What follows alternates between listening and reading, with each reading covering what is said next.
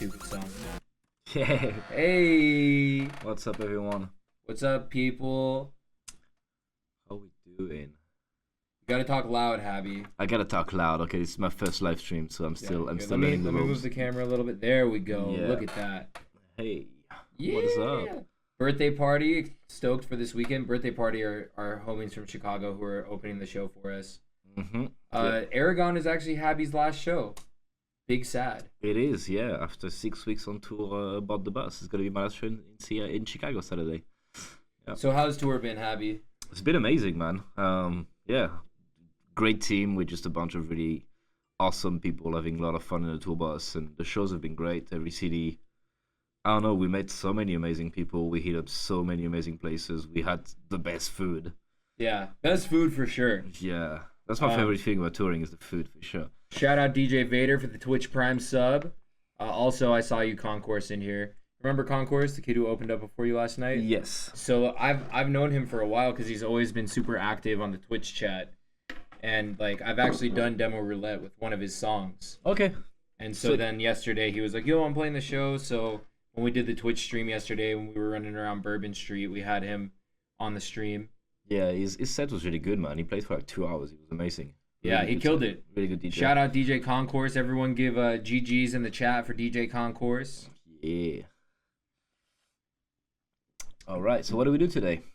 I mean, normally what I do is I just sit here and talk for a little bit and let people populate. And, everyone wants to ask questions and talk about, oh my God, Habstrakt, I love you so much. Oh my God. Ooh, what is this? Festival. Which one? Haven't announced it. It's not announced. Oh, yet. I know We that can't- one. We can't spill the beans on this one. Yeah, yet. not for It's a cool what, lineup. 15 minutes? Yeah. Oh, that's so exciting. Yoo-hoo. You get to announce it on stream in 15 minutes so that all 95 people will go to your set. Then you'll have 95 fans. Sure. All right, so the demo roulette, how does that work? Because I'm gonna be honest with you, I never watched one of your demo roulettes. I know you've been streaming for a while. Yeah. So also, Afixa was asking about what demo roulette is. If you don't know who Afixa is, Afixa was like one of the OG legends of dubstep. He made all the biggest like video game and whatever remixes back in the day. Like Afixa was one of the first people I ever heard in dubstep ever. So shout out to you, Afixa. Sure. Yo, what was that one Afixa remix? Oh my God. Was it, I mean, you're in here so you can tell me. It was I can't. I can't there was so remember many it. of them. I used to geek out the Fix on YouTube a while ago. Yeah. So anyways, for everyone who doesn't know, like Habby and Afixa, demo roulette is where we go through a bunch of random, here, hold on, let me just go into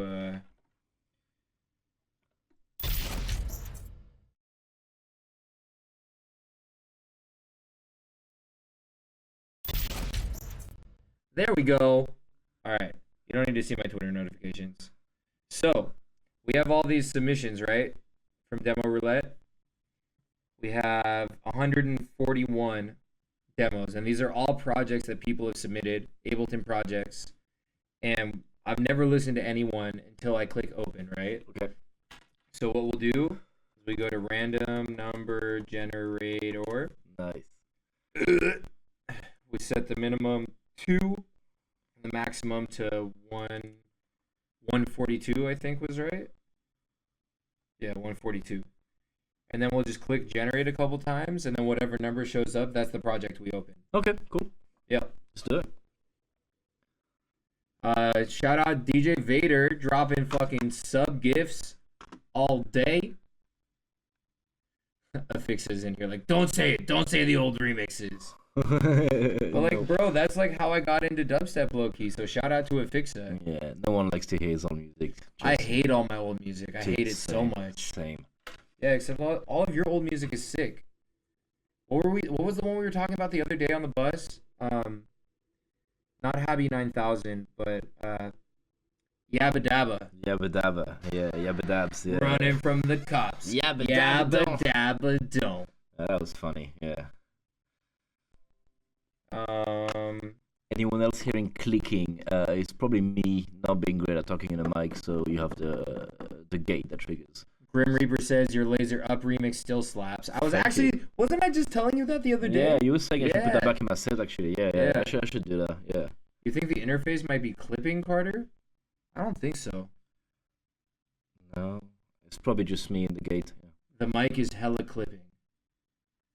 Is the mic actually clipping, or is it? Clipping hard. No, it's clipping. It's not a gate and it's not clipping. It's not a gate and it's not clipping. If it's clipping once you brought the web page. Sounds like sample rate. Are we maybe using too much rate?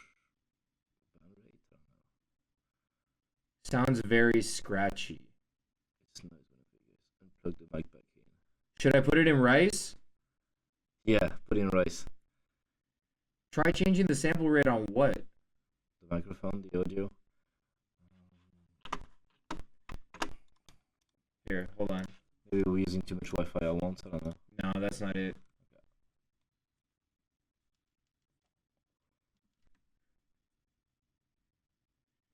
The interface you literally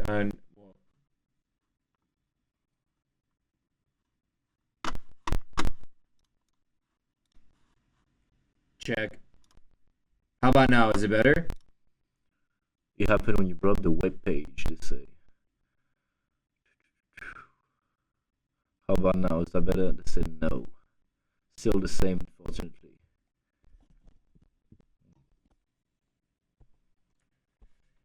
What about now? Oh. You know what? It totally was clipping. Is it better now? How about now? Click, click, click. 1, 2, check. Mine, mic 2. It's from the interface. Unfortunately, now it's not terrible, just a little annoying.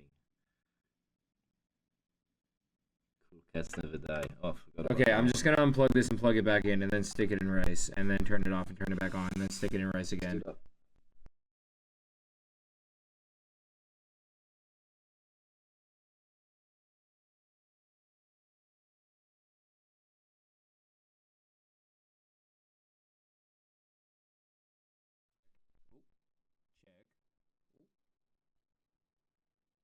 Check. Hello, hello. What about now? No, we're clipping now. Also clipping. Still clipping?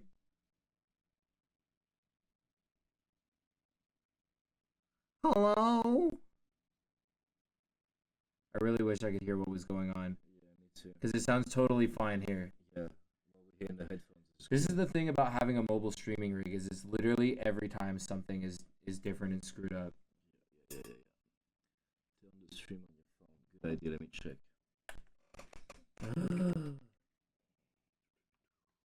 I wonder if it's this audio cord in the back.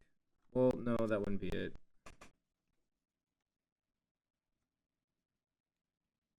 Still slightly poppy. Hello, PP. Yeah, yeah, it clicks a lot. Okay, yeah, no, it clicks a lot. I can hear it. Carter, could I fix it by changing the audio rate on OBS?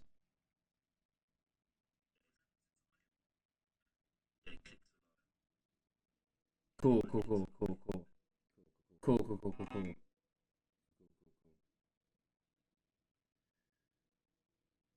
Well, never a dull moment on Demo Roulette, am I right, guys? Am I right, chat?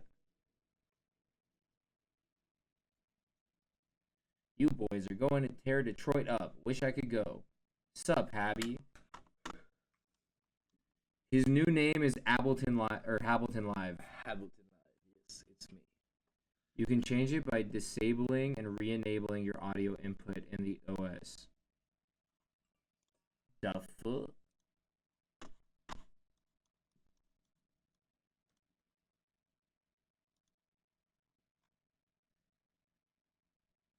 Oh. Take off the sausage fat now.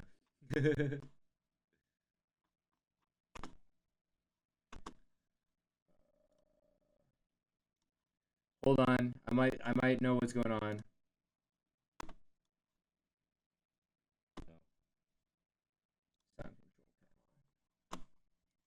Yep, okay. So this needs to be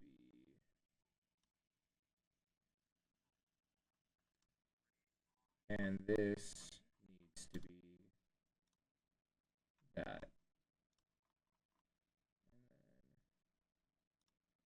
Does it sound better now?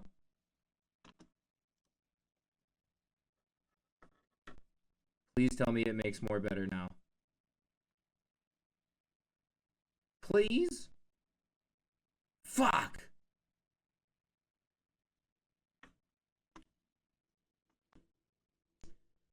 Maybe the internet isn't that great. No, it's something with this.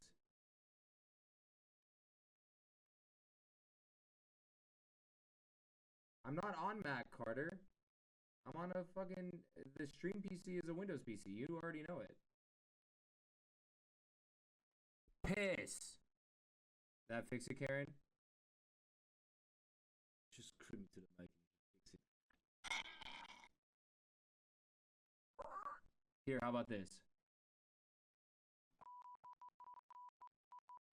You have a sensor button? Amazing.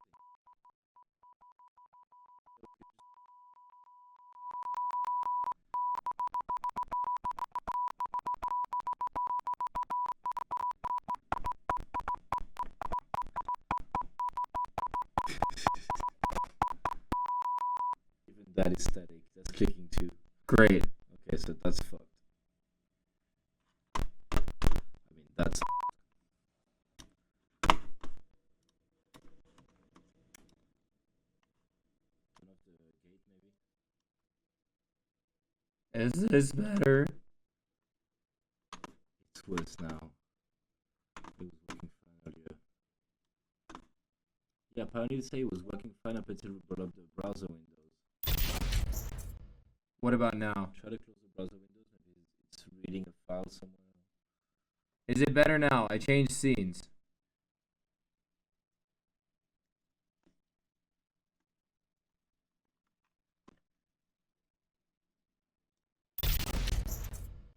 What about now?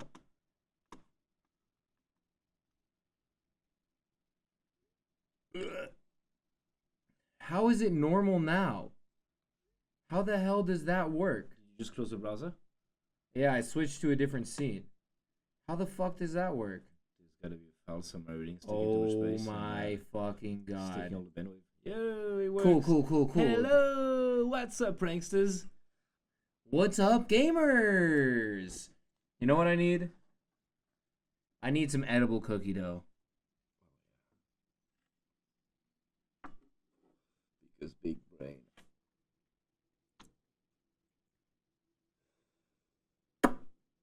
Cool. So we're not gonna do demo roulette today. We're just gonna sit here and talk to you like this. We can do demo with it, but like in mobs.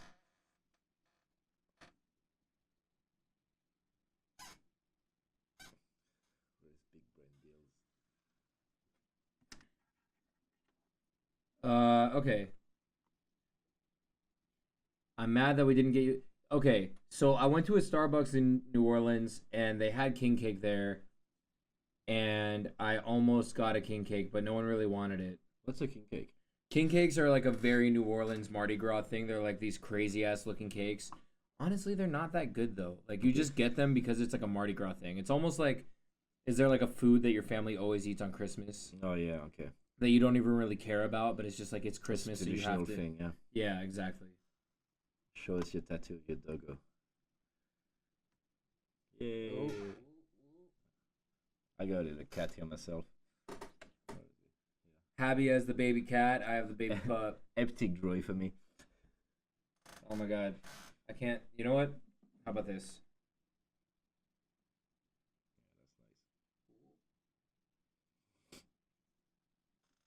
Yeah, it did heal really well. Am I playing the Baby Shark remix this week on tour? Absolutely not. Absolutely not. Absolutely if you not. do that, I'll come on stage and I'll kick you out of it. Be like, no. Look at me. This is my tour now. You can. Okay, let me figure out what's going on here. So if I go to the properties of this mic, okay. Baby Shark reverse. And now is the audio good? Check. Is it all shitty again? Clicky clippers. Nope. Yes. Now we're back to shitty yet clicky. Click. Okay, that still doesn't work obviously.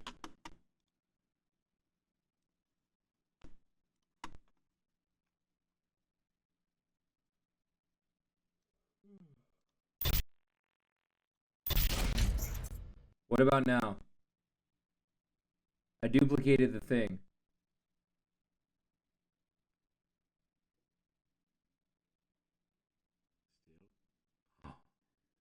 What the actual butthole, dude? No. I don't understand. Yeah, same. Oh boy. Oh boy, it's a clicky boy. Here, hold on. I'm gonna try something crazy. How's it sound right now? Sorry, boys. So day off. I'm tired. Now it's fine. Okay.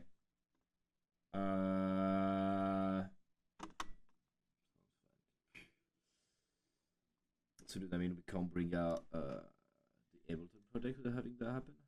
So I'm gonna try to.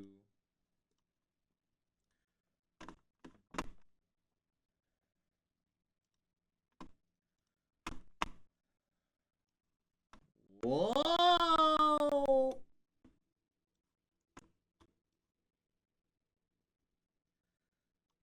All right, how we doing, boys and girls? No, they said no. Oh god. Gosh darn it. The CPU load is 6%. It's the screen capture. Has to be. It's definitely not CPU.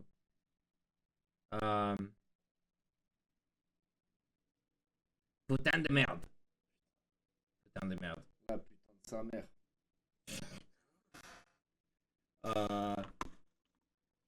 Hit Control Alt Delete. Alt F4.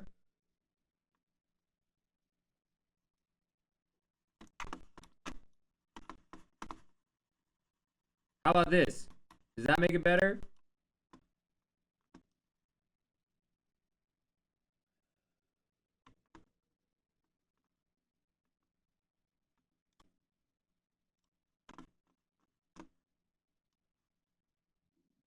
Are you using a capture card for your Mac? Maybe replug that guy.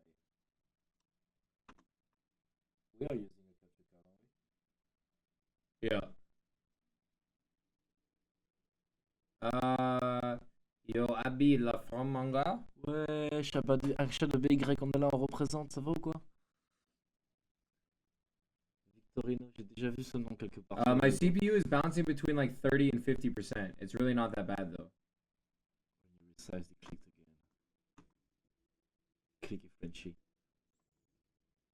You obviously need a pop filter. Jesus Christ. No, you need a pop filter if you make pop music. We make EDM, so therefore. Oh, nice. Alright, but it's... Also, there is a pop filter on this mic.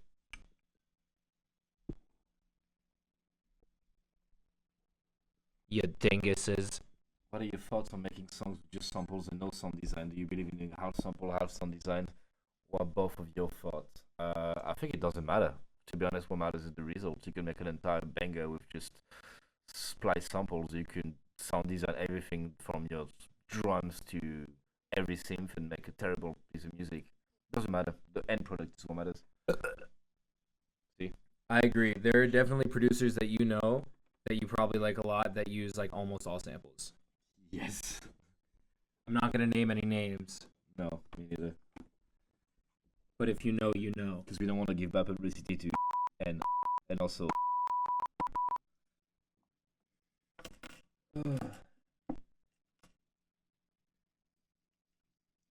No clue what Happy said because clicks. Great. Great.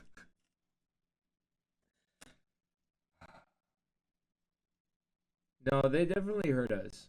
Should we just do demo roulette? Yeah, let's go. Let's try it. This is so obnoxious. Maybe restart the capture card or something. I mean,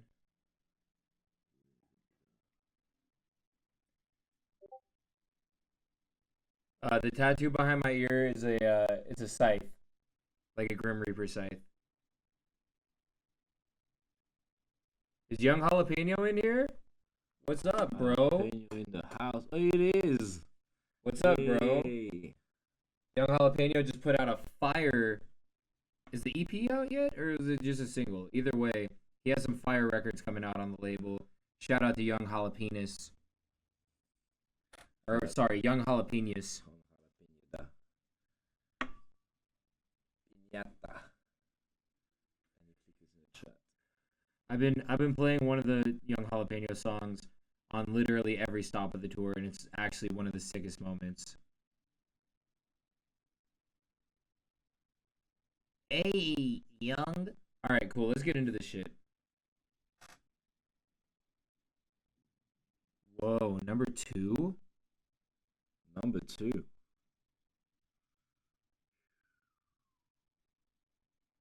I wonder if we ever did number 2. Doesn't look like it.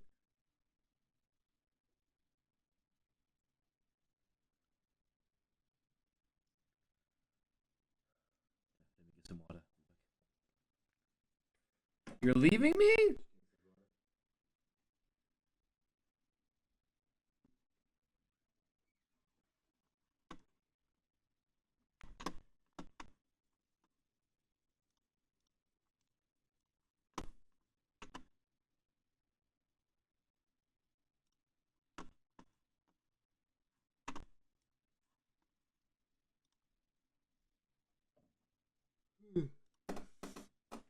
Why am I so tired today? Is it any better now? Here, you know what? Actually, hold on. Hold on. Let's try this. How does the mic sound now?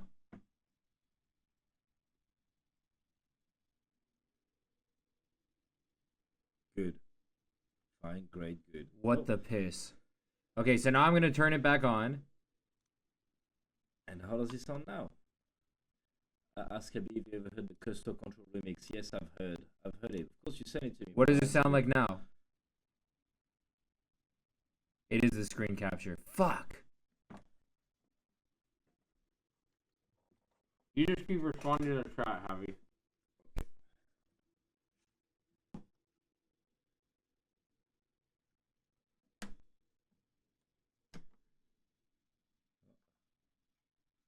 Looks like we're going to try to restart the screen capture. How does it sound for now, guys?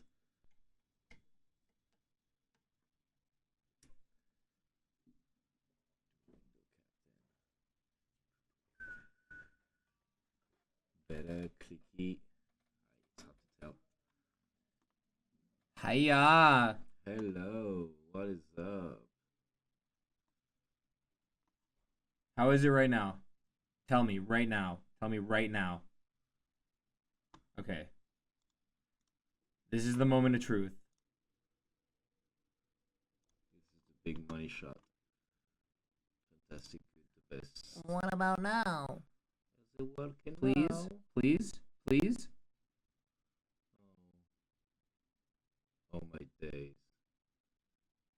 Fuck. Whoa, that's so weird. So what is this? Screen capture?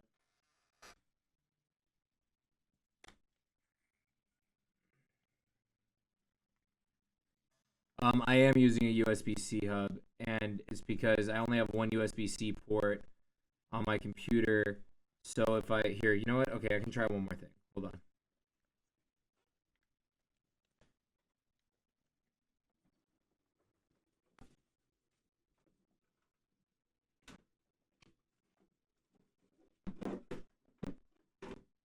Where are all the cables? Where are all the cables?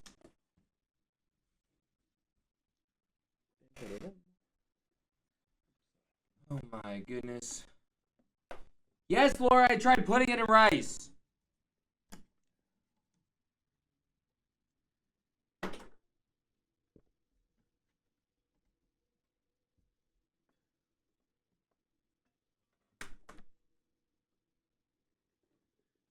Let's see how this goes.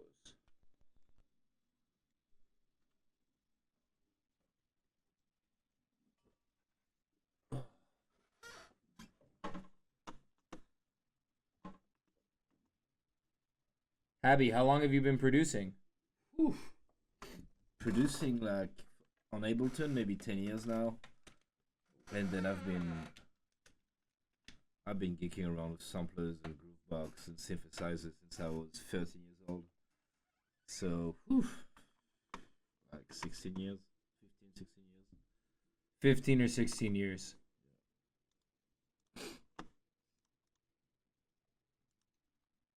What the? I know it sounds better now, but now we have no screen.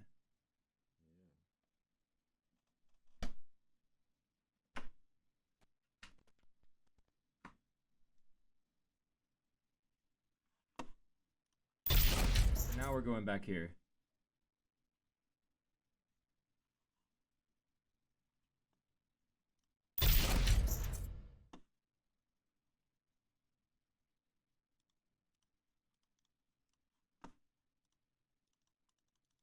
No. No. Can you just deal with the clickiness, yo? Because it seems like no one wants to deal with the clickiness. No, it doesn't seem like it. I'm just going to give up. I quit streaming forever. Yeah, maybe this capture card is just blown. Oh, wait. One moment, please. Or, well, I could use Steve-O's capture card, but his makes everything so laggy.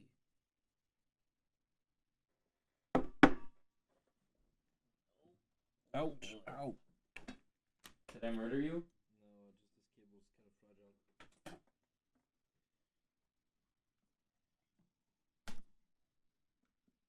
Okay, so that cord doesn't work at all.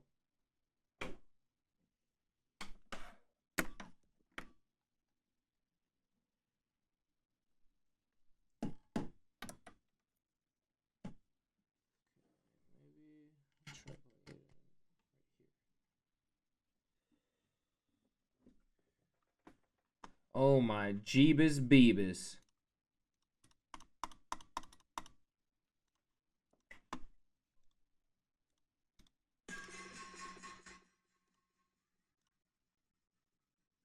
Holy shit! Oh. It was literally just like, oh.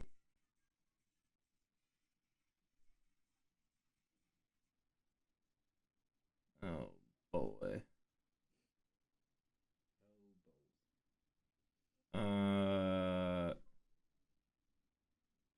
Okay, so that port doesn't work.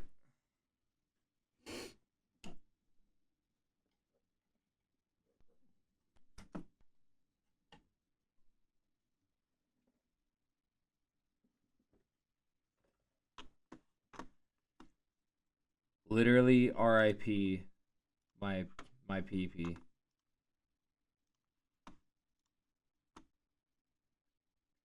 Okay, at least we're back.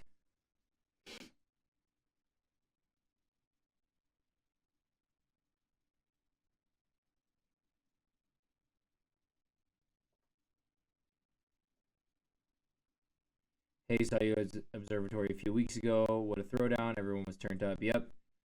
I'm using an Elgato HD60S. It's the same one I use at home, and it's always worked great. But I mean, I have been on tour, so everything's getting thrown around. So maybe it just kind of broke. Just Q&A with Habby. That could work as well. And we could try again later this week. That's up to you guys. I'm here for y'all. Yep. Wait, how does it sound now? Yeah, good question.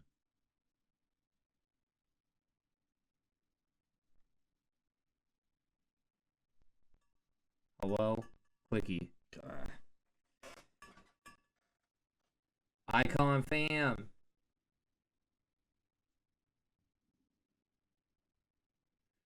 Okay, how about this?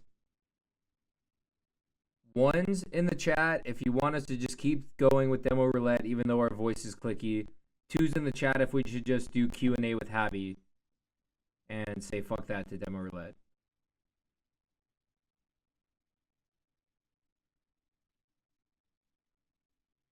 Or wait. Oh god. A lot of ones and twos. Carter, can you just make a quick little a little poll? Carter, you know how you make the polls, Carter? Carter, make the polls. Oh, could we play Uno? Is that even possible?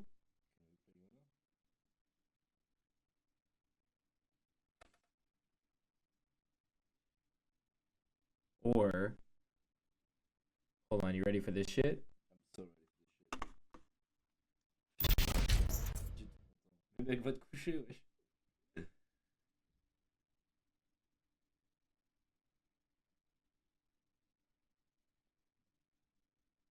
That's really cool, Droidson. We love the trolls. All right, so check this out.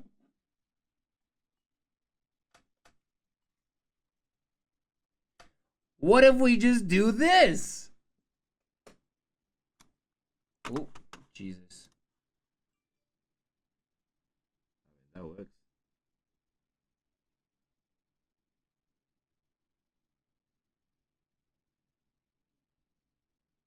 Cool, yeah, I'll totally just hold this camera all fucking day. Totally.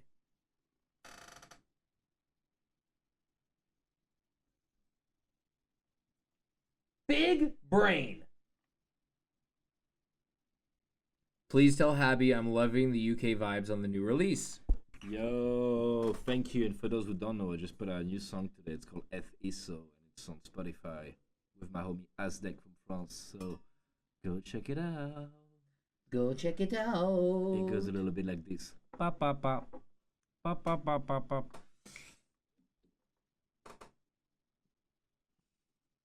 Voilà, il y a dans la street des connes, c'est Bellorum. There's a bunch of Frenchmen in the chat, bro. Well, yeah, it's a bunch of your fans. Mm-hmm. The camera looks so perfect on Habby when I hold it like this, and then I go to me and... I look better on camera in real life, that's for sure. This is why I pay a photographer to follow me everywhere, so I can finally feel pretty.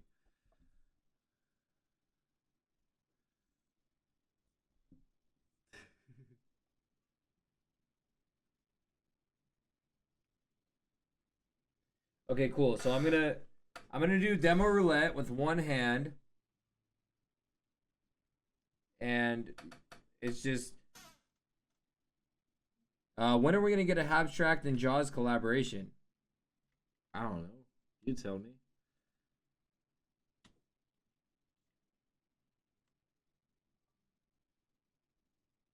If you pay us $1 million, we will make it. This is the only tripod that I have right now. So unfortunately, I don't think it's gonna... Oh wait, maybe I do have a tripod somewhere. Hold on.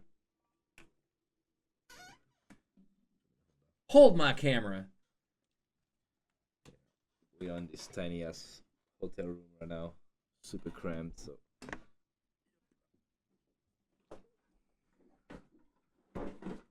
I'm just gonna do some French ASMR in the meantime.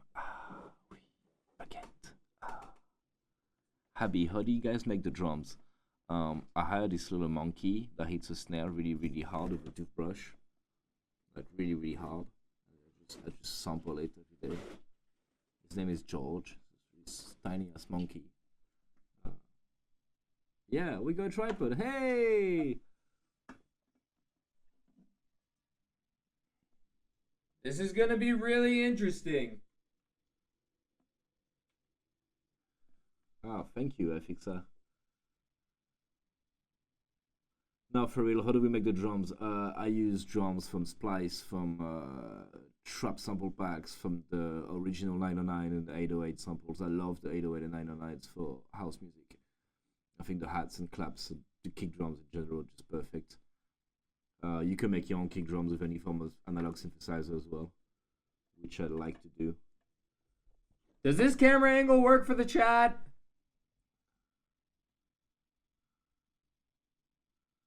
Why am I thinking about the current state of croissant in France? I think that va niquer ta mère, okay? Um,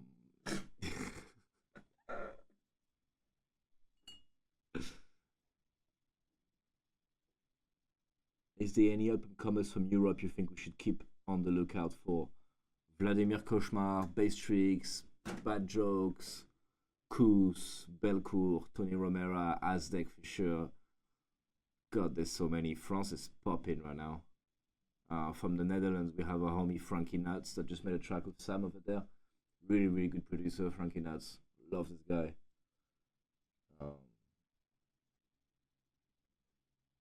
The Octagon, you layer 8 OTTs. No, but I'm not surprised that exists.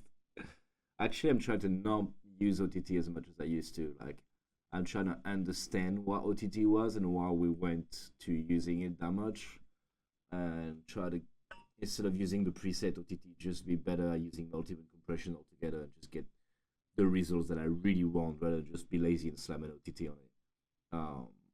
I think it denaturates a lot of the sounds, and sometimes it just. I love how Habby is talking about super serious stuff, and I'm over here showing the chat just. Yeah, I'm looking at the screen. I see my face blurry at the back and just some ice cream at the front. Yep.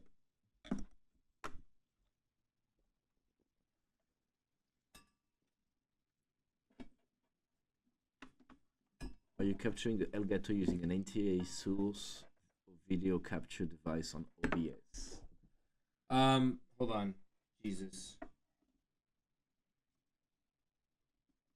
There's pigeons everywhere. Yes, bro. Shout out to Bad Jokes. Just so you know, Habby, if you can't hear yourself in here, they can't hear you. Oh, really? Okay, hi. Demo roulette, but just Sam eating. Habby, any more dubstep tunes in the making? Yeah. Yeah, sure, I'll make dubstep. I want to make drum and bass this year. Really drum and bass 2020, brother. DNB 2020, baby. Yo, Afixa is right. Pro Q3 100% changed the game. Yeah. And there's no not following for stuff, but you can still it. Yeah, that's the one thing missing. True. Oh, god damn it. I thought that this angle was going to be perfect, but then I realized when I'm working on the computer, all they can see is my back. But if you pull the table and put it here on the table here, aiming at the screen, if you pull this a little bit more, then you could put the computer back a bit. Pull this, and you can pull this back a little bit. You gain more angle when you aim it. It could kind of work. Put this cable away.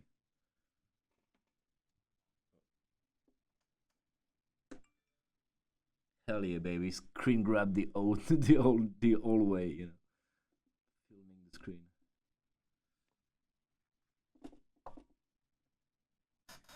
There we go, brothers.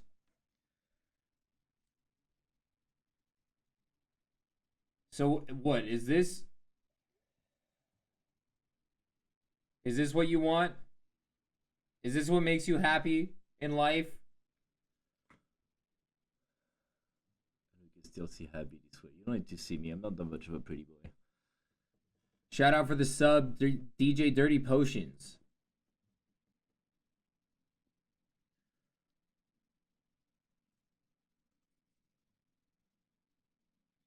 All right, let's get into this project. Let's get into it. Did you download it?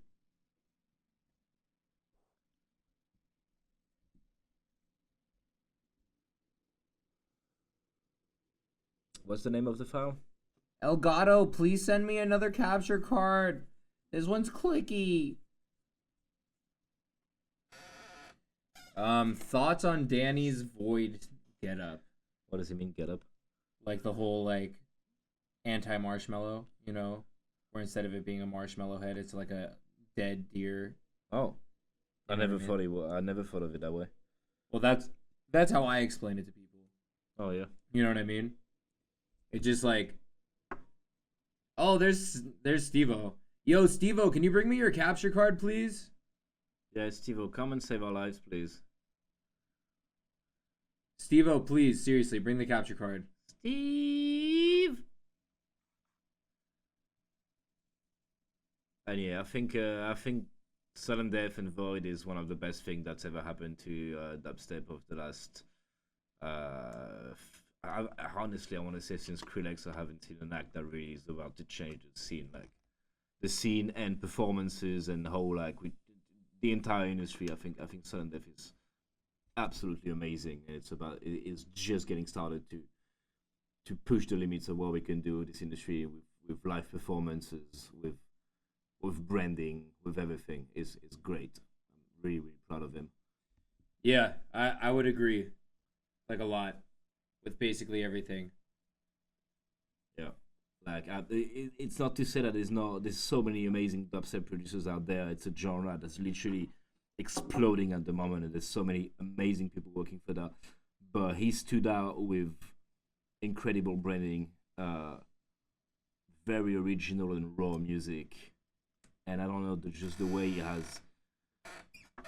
You can see that he wants to make a huge difference, and I don't know. To me, it's insane. It's beautiful to watch. His performance at Countdown was scary.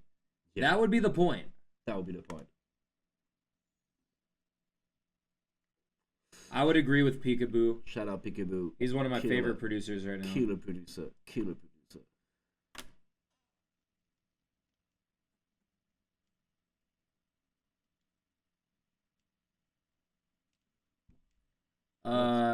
What's Happy's thoughts on the bass house scene right now? I never really used the word bass house. Okay. You know, to me, it's not bass Let's house. let's talk about this for a second, okay? Right. Bass house as a genre, that name sucks. That doesn't exist. And I think it killed the music. It's just house. It's the house. same way as you guys have dubstep, you have harder dubstep, softer dubstep. You have. Well, yeah, but everyone rhythm, wook trap, blah blah blah. They Fuck called all it in that for a shit. second and it went back to just being dubstep. It is dubstep, you know, and how what we do is a breed of house that is sure slaps harder than other types of house music, than tech house and everything, but to me the culture of it, the roots of it is house music. I don't like the term bass house. That is meaning that the rest of house doesn't have bass. The house music is based on the fact that it's a bass line on it. Yeah, and I mean, if you listen to a Habstrakt set, like half of his set on this tour is like techie as fuck. It's proper house. I play like Martin and King, Chris Lake, Mala, Chami. I play all that stuff like all the time. A lot more than I would play stuff that actually call itself bass house, and that's like a lot more greedy and aggressive. We call it UK bass over there. UK bass is another genre of music to me. UK bass is its own kind of thing, though, for sure. It is. It has its roots that very much ingrained in the UK culture as well. The bass house, I don't know. I never believed in it. To me, it's just house music.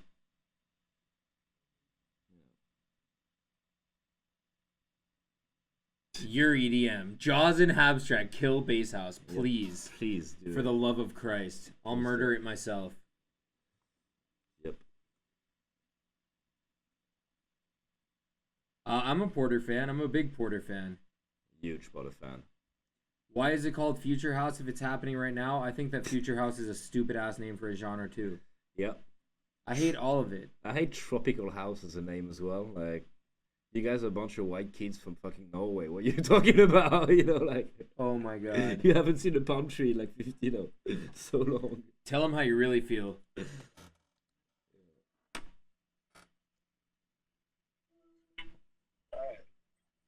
Look, everyone, it's Twitch. With his broken iPhone. Look at the green. You see the green line on the screen. What do you want? What's up with your Elgato? So every time that I switch to the capture card, it makes the mic like pop like crazy. Do you disable it? I put it in rice. You unplug it, plug it back in. Yes. Then I put it in rice again. Did you disable everything on the Windows sound thing? I don't know what that means. Okay. I can come take a look at it in a little bit. All right. Okay, gamers. Say goodbye to the gamers. Goodbye, gamers.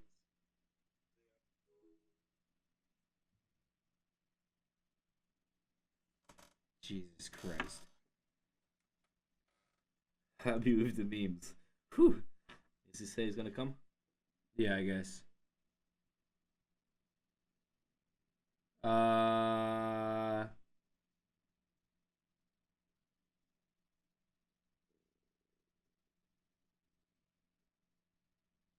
I mean, okay, here. How about this? We're gonna do one demo roulette track right now.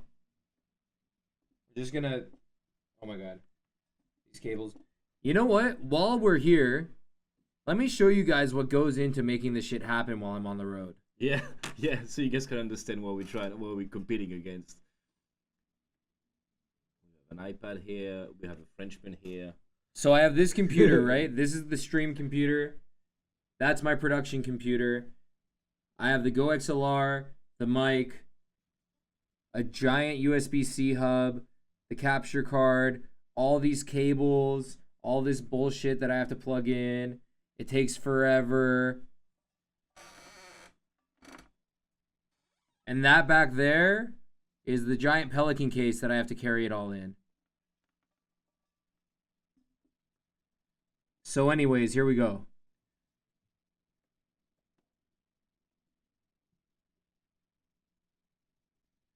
Nice. All right, let's get this mic a little bit closer. Let's get this party poppin'. I think this might be the first 100 BPM track that we've done on Demo Roulette. What's the BPM? 100. Oh, nice. I like 100 stuff. Now let's see if you guys can actually hear the music.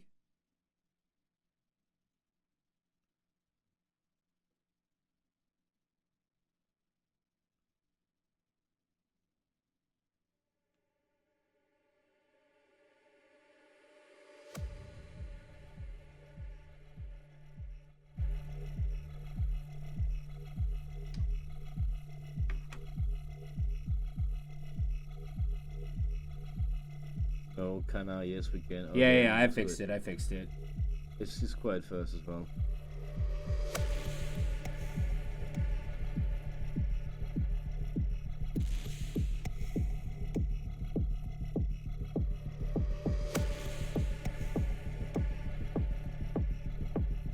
Shout out for the sub. Don't be such a quack.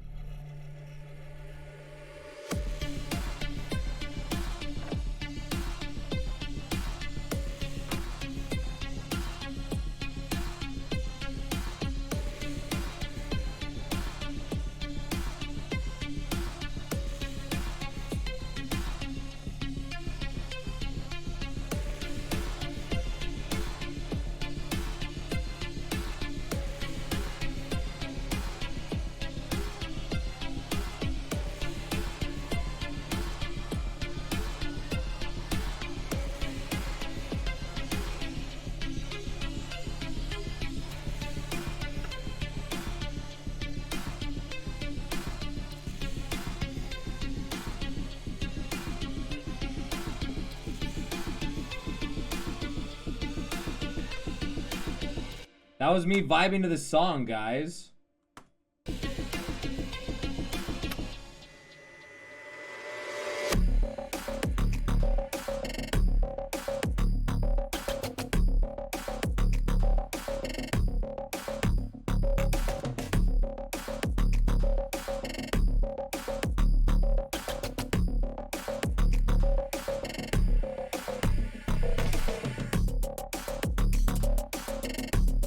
Hi, Mrs. Concourse.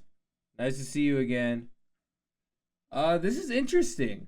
I thought it was gonna go one way, and then it went a totally kind of different way. Yeah. I know what can be done on this for sure. I know what's missing, but I don't need to listen to it many times to know exactly what's missing. I think the main idea is here is just lacking some of the, how to say that?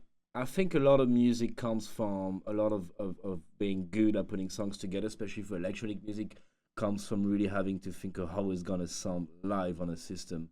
How is it gonna sound physically and interact with the surroundings? You know, how is it gonna make the room vibrate and everything like that? How is my voice not working but yours is? It's not fair. It's Because I'm talking loud. this microphone discriminates French people. Oh, I can talk louder actually. That works. Wow. Okay. So I think a lot of you get good at really making songs and skills when you start to be able to visualize how it's gonna move physically things in a room and how it's gonna actually work on a crowd and how you're gonna able to build tension, release it, build it again, and everything. And first thing I'm gonna say off my mind from this song is on the drop, we're lacking the low end, the subs is just very Yeah. sparse. It Yeah, hits, totally. then it stops, and it should be contained and it should be constant. You should have that. You should imagine that you want to make the floor rumble, basically. So it's instead of doing like 4 to the floor, this guy is doing like a break beat at 100 BPM, Yeah. which could be cool, but like you're saying, like the low end, like the sub kick is so short. Yeah. It needs to be like. Yeah, it needs to be sustained longer so you can really have the physical impression of the rumble going on for sure. See? The sub should be constant here, so what we can start by doing is just the other synth, rewrite that as a bass line under it. Remove the low end on this. Also, whoever's project this is, you didn't freeze everything. Oh no, that's not frozen. That's the number one no-no of Demo Roulette. You have to freeze everything. Happy you're good with Dombreski. Bro, Dombreski is my homie for like 10, 15 years now. We're from South of France, both of us. We are OG. I love this man to death. If they're French, they know each other and they're friends. Yeah, if we're French, we know each other. They hate everyone else, Yeah. but they're friends. Yeah. As long as they're French. Yeah, the entire generation from DJ Snake to all the kids nowadays, you can be sure they all know each other. We're a small country and we're really tight with each other and we love each other. So yeah. I'm not from Marseille, I'm from the south as well, Montpellier, not far.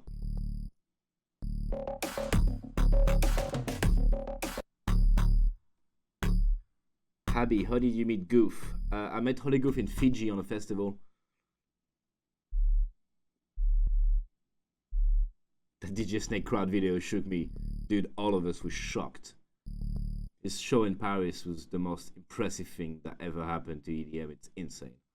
Okay, so I don't understand what's going on here. The project?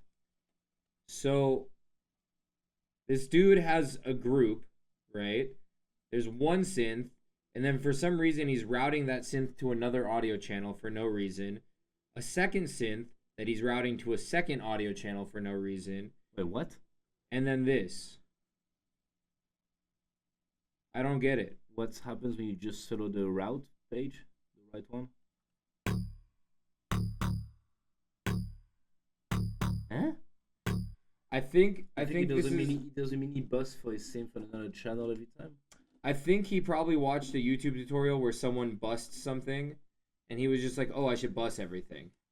It looks like it's just busted, yeah. That makes no sense. So, Try to expand it so it can get on the routing. well, it's just like, why wouldn't he just put that stuff on the channel? You know what I mean? Like, why wouldn't he just put a Serum or a Saturn and a glue compressor on the actual synth channel?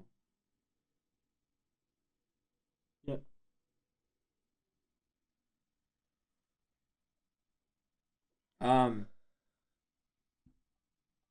So don't do this. Yeah, he has every channel going back into another channel. As you can see, Synth 1 goes into Synth 1 route. So it's like you have one channel that has the synth and one channel that gets the audio and the effects, which is not really the way to do it. He wanted to send it to sends and then saturate it. There's an easier way to do that, though. And no, he's not sending it to any sends. So I think what he did is he realized that someone used synth busing, but instead of doing it for an entire group of synths, he did it for each one. Nothing is frozen, and there is no balanced audio. Why can't you just saturate the track itself? That's exactly what I'm saying he should have done. Yeah. So that's what we're going to do. First thing we're going to do is going to freeze those serums and see what happens. Freeze all of them and flatten them. See what we get as a signal audio coming out of it.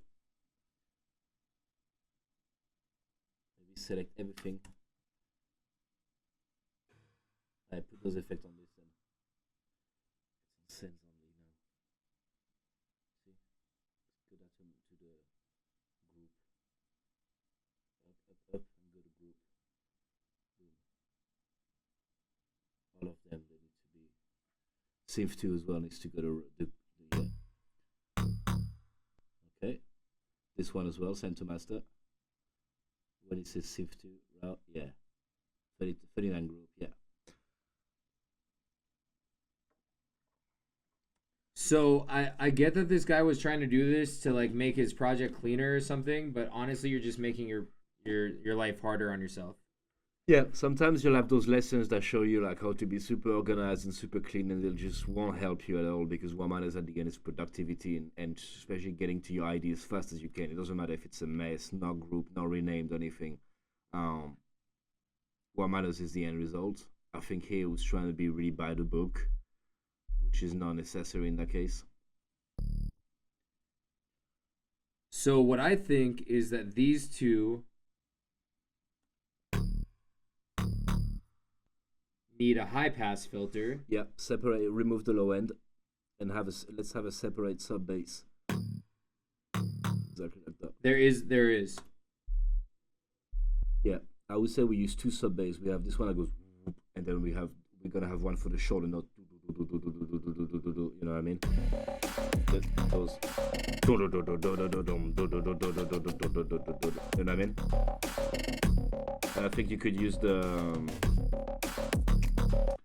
hip hop sub bass from Ableton called the job. Really good for that.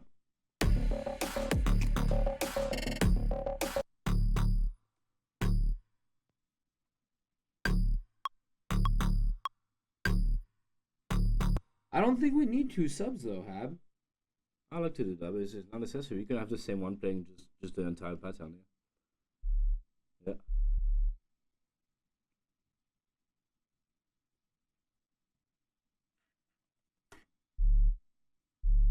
Ooh. But like, I almost feel like this sub should go until the snare. You know what I mean? So like this.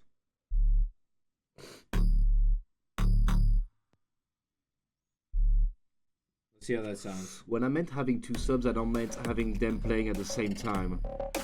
I meant one answering to the other. So they have slightly different textures. They would never play at the same time. Of course, that would make the sounds really muddy, and that would just. Your EDM, Jauz and Habstrakt fall out over sub bass. No, you have to put reverb on your sub bass, and it have to be fully stereo. I mean, that's what Garrett says all the time. But like, seriously. Yeah, okay. Yeah, longer sub.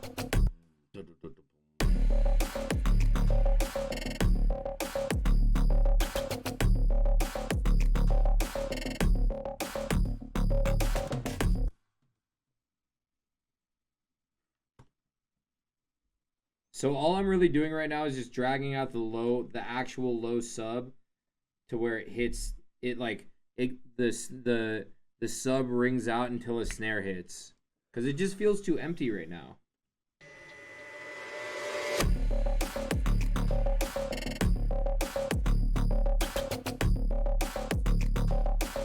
Also, here's another thing.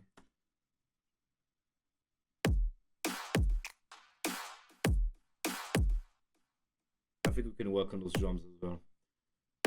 Yeah, I don't love this kick. No. It's got a lot of information. It should be just a signal, boom, a lot thumpier and lower. Yeah, there's a compressor and then a glue compressor on it. I think for no reason.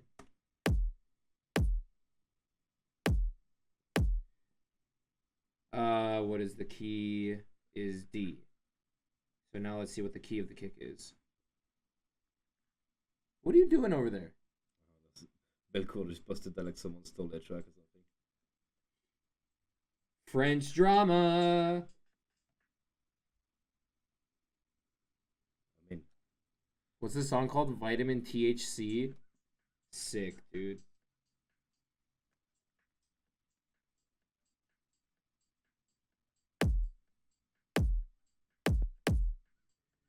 Okay, so this kick is in E right now. I'm going to take it down 2 semitones to D.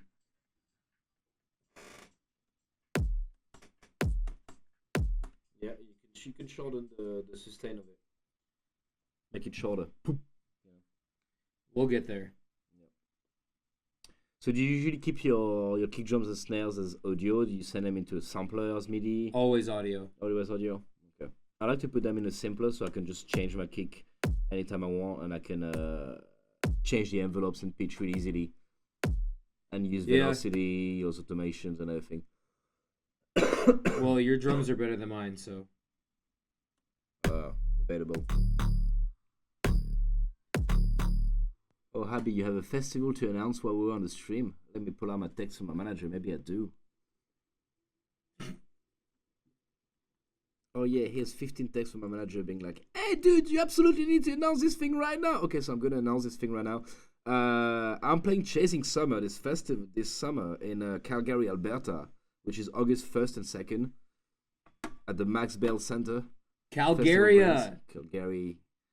Alberta. That's gonna be far away. The lineup is sick. Yeah, the lineup is pretty tight. Armin van Buuren, Marshmallow, Loud Luxury, Fisher, Griffin, Shaquille O'Neal, DJ Set, Arden, Cosmic Gate, Tritonal, Frank Walker, Godiso, Gigi McGree, Feed Me, Crank That, Habstrakt, Modstep, Riot, Tokyo Machine, Pixel Terror. Oh, it's a Monster Cat stage. Hell yeah! Shout out to Monster Cat. I will see you all this summer in Calgary. So back to the project. Yes. Sorry, I'm just plugging shamelessly my stuff in there. There was I don't think there was any sidechain on this. No.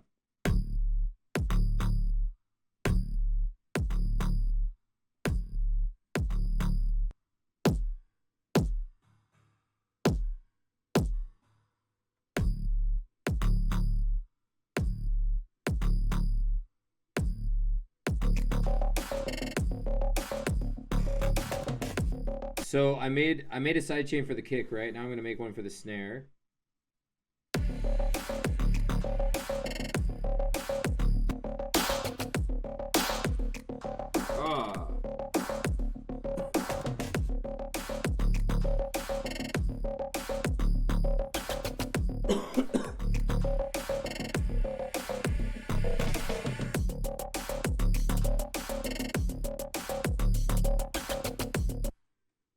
I also feel like just some of the levels of some of the stuff in the drop is off. Yeah. You know what I mean? Like that weird like. Oh, first off, this thing has a ton of low end on it. Yeah, it should be frozen so we get an audio view of it. Yeah, that needs a sub.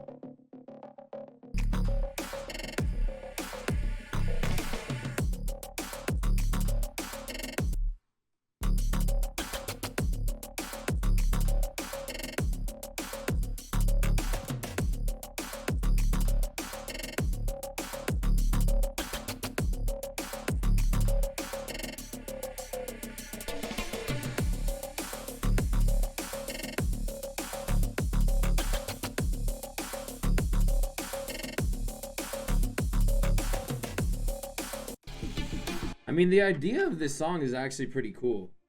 It's like super like industrial. Super industrial, super dark, I like it, yeah. I'll be sure it's for it.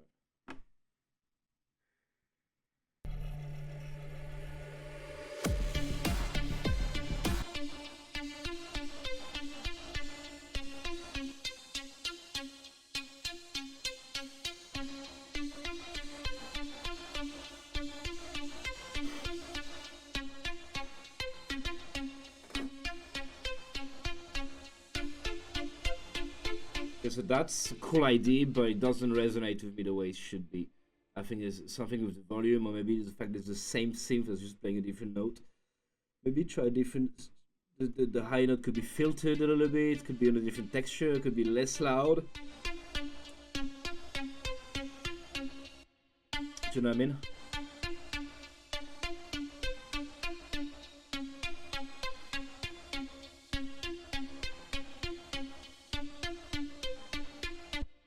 It might just be that the sound is not right.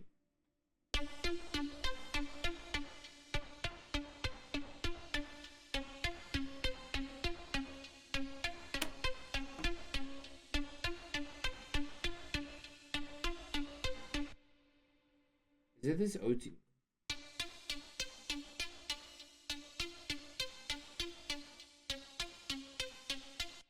There's some crazy high-end reverb in there.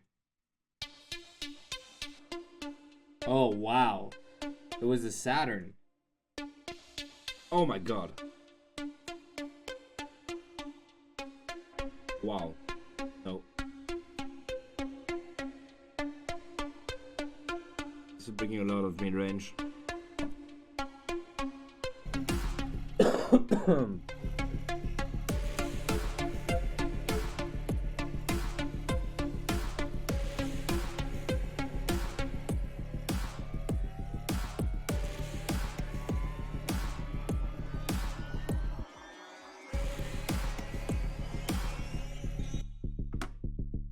Where has this been the whole time? This is what we need. That's exactly what I was talking about. Yeah, where is it? It's not on the drop, it's on the build up. Yeah. Maybe duplicate it and put it loud on the drop. Yep. 100%. See, this is one of those occasions where you could have the same sound, just automate it to put it loud and everything. I like to duplicate the channel and make tons of little edits on it. Yep. So it's the same thing, but slightly different, louder, more subs in the EQ, more compression, maybe more sidechain. You know, it's cool to duplicate the channel sometime and add those minor changes rather than try to automate them and everything. You get a clearer view on like same but different on another channel. Yep. Just one. So all I'm doing right now is I'm taking that same little this thing and I'm just putting it in between all the other sounds in the drop.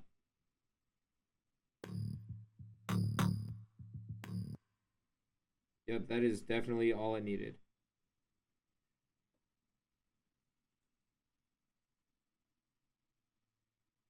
And now I don't even need to make the sub go all the way to the snare. You know what I mean? Okay, Habby's leaving me forever, guys.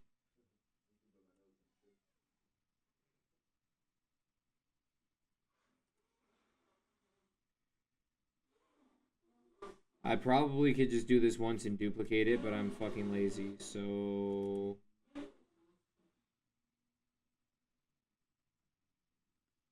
that. And now I can probably duplicate that.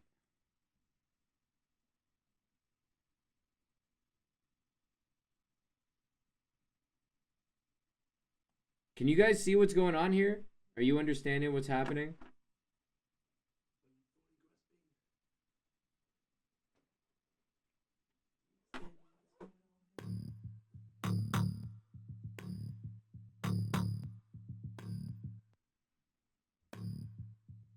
So now let's take this sound and process it a bit. Honestly, I should probably let Habby do this because he's the king of this shit. That's what sub. No, this like This bass.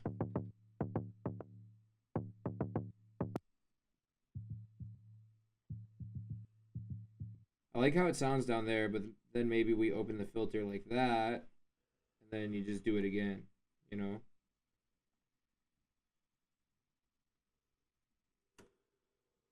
Oh my god, why is this thing so tall?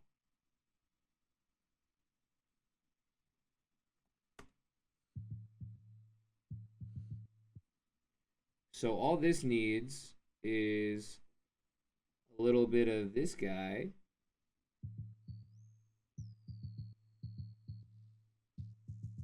Yes. I like erosion. I love erosion. I love erosion, yeah. I love erosion. What you can do is limit it super loud and then turn on the volume. So you kind of reach a plateau on it. You kind of like clip it. Which you can get out saturated as well, like you just did. So what, just like soft clip it, basically? Yeah. You put a limiter and you just turn on the input really loud.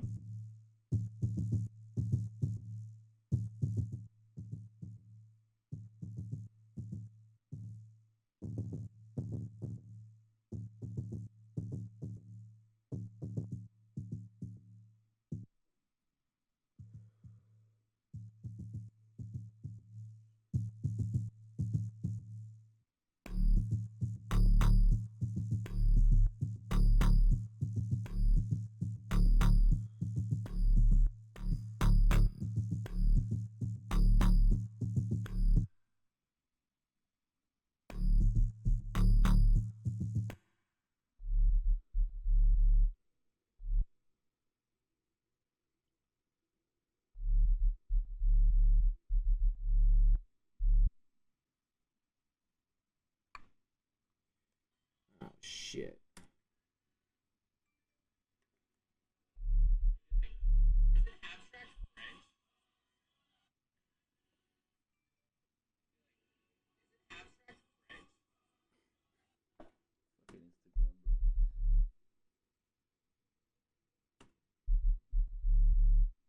So I'm just dragging those sub notes from that new synth that we added down into the sub line. Just matching them up. Real nice and simple. Let's see how that sounds.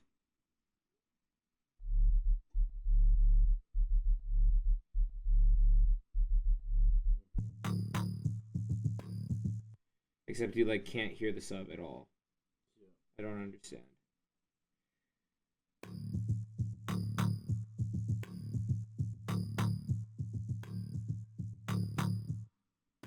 Something? Oh wait, the sub isn't soloed right now. I'm an idiot.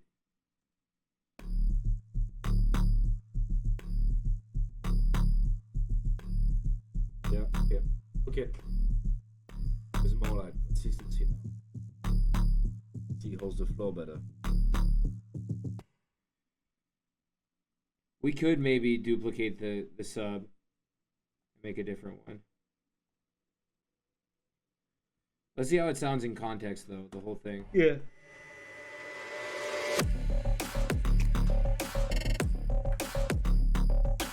So maybe this thing needs to come way down. This thing needs to come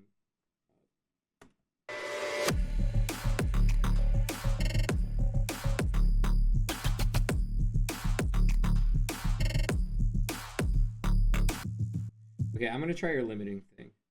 Yeah, it's still too. I would try to remove the erosion for a second and just keep the low end of it as well. And yeah, just put a limiter on it. Put like +8 on it or something. What I do for boosting subs, I would put like +12. More. Until you really bite into it.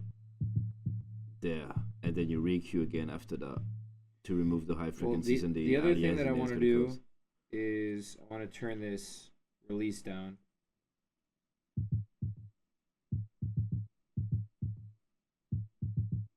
Is that a delay?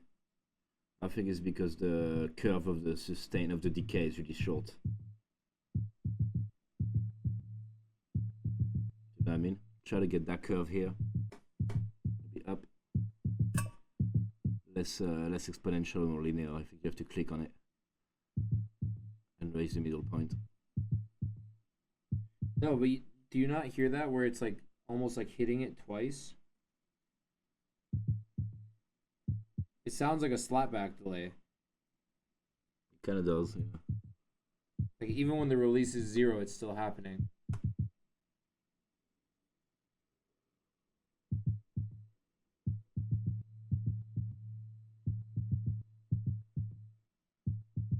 That's so weird.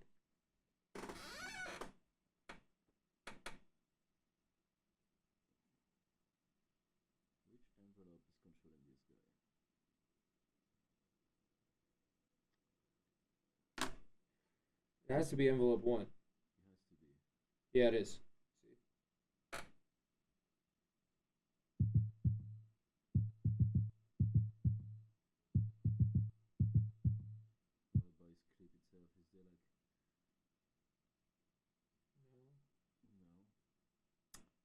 Huh, interesting.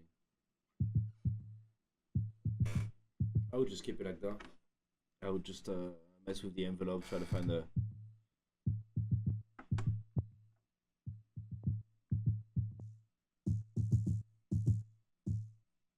It's pretty loud now.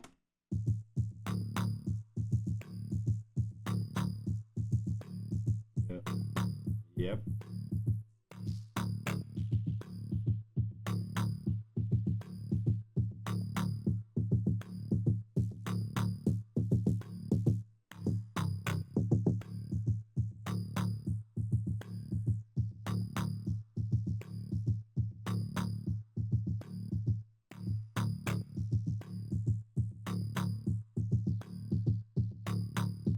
Shout out for the tier 1 sub codex.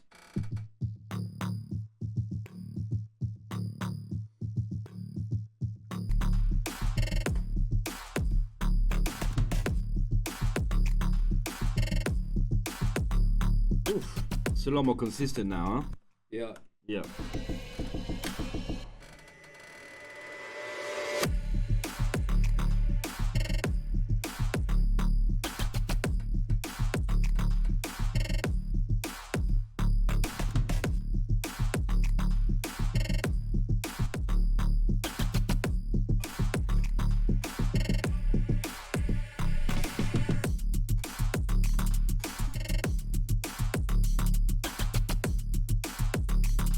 I wish I could just put it right here. Chest mount.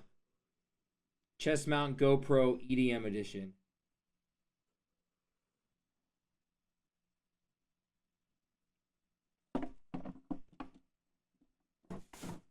Oh my god, Habby, you broke the iPad. How dare you?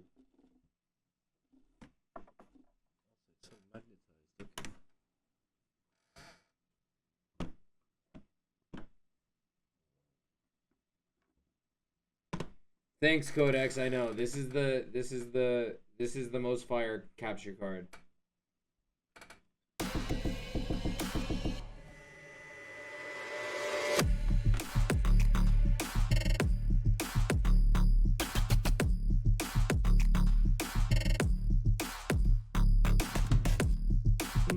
There's only so much I can turn the camera and this without being able to actually work on the computer.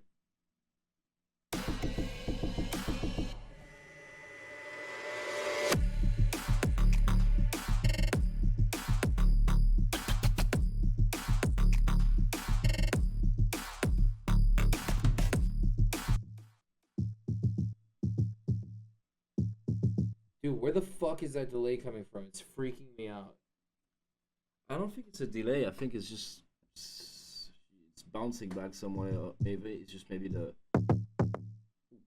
What the fuck was that? What did you do?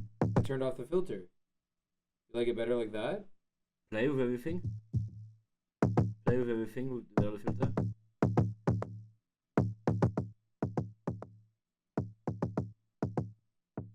Play with the drums and everything.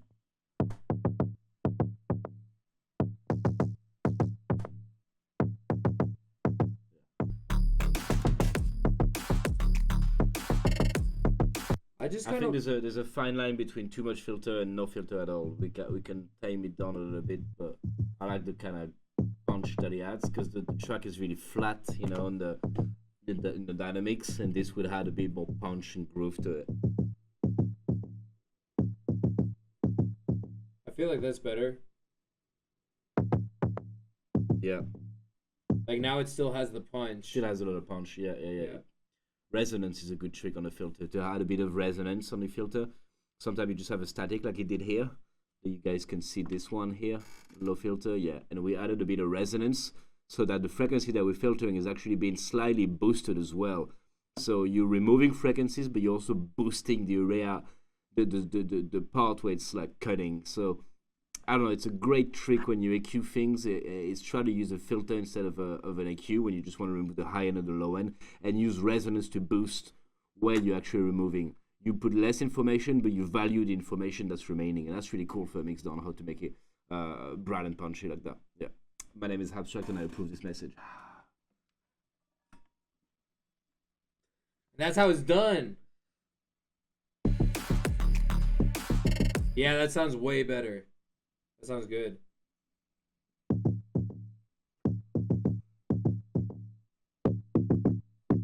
I like that. I like the thumpier, yeah. The carnage way, bro. Happy's voice is so calming.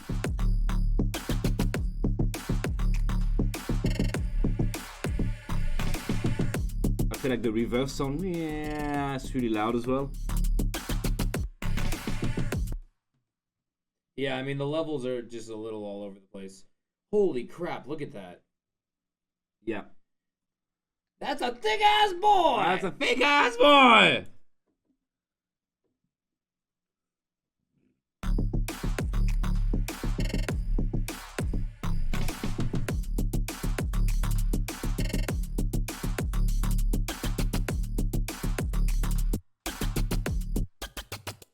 I like that.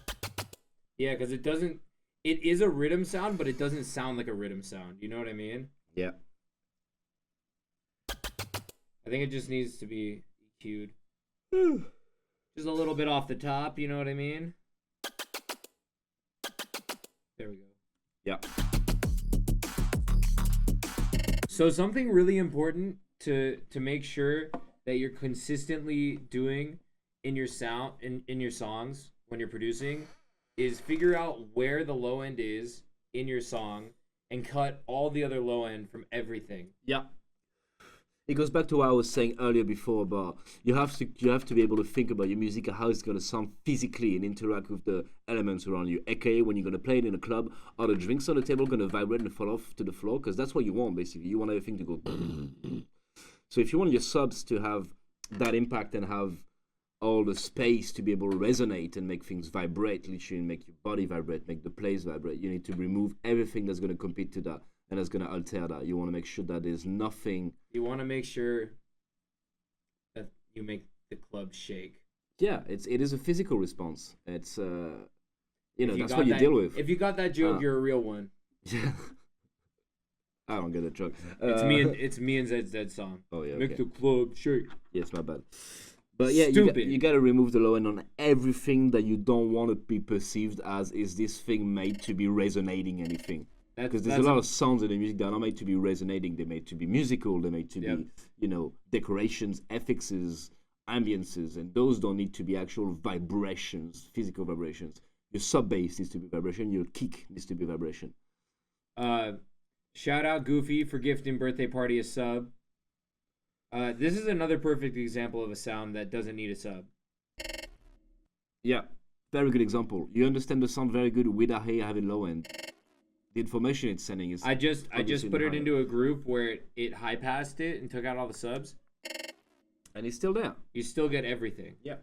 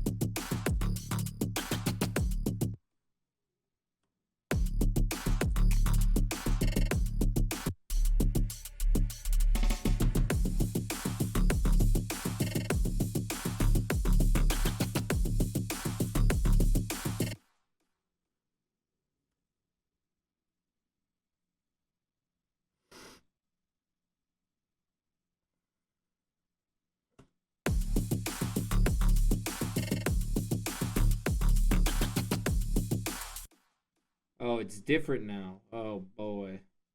Hey, a different boy. Now I have to go in and do this all over again. Great.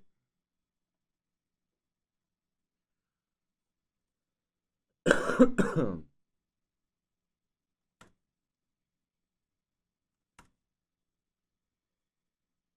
rid of these.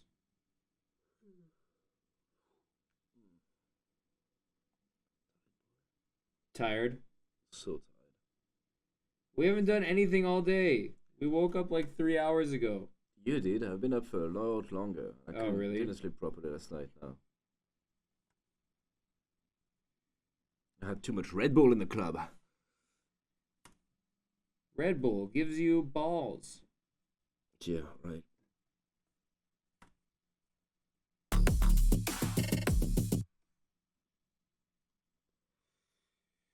Okay. Almost there. I definitely could have copied this at some point. I hate that I do this to myself. Let's see if this works.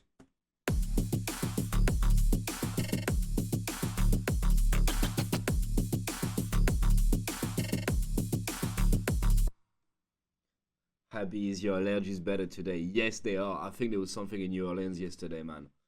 The second I stepped outside the bus, my eyes were crying. Really? I was having so much allergies yesterday. Oh, it was horrible, man. I don't know why. That's not fun. Absolutely not.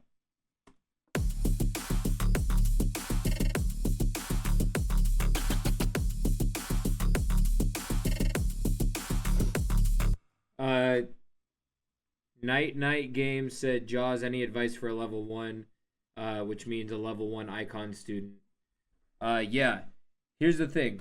You're going to go through icon level 1. You're either going to be super excited because you're learning so much, or you're going to be bummed because you think that you know everything already and you're not going to learn anything.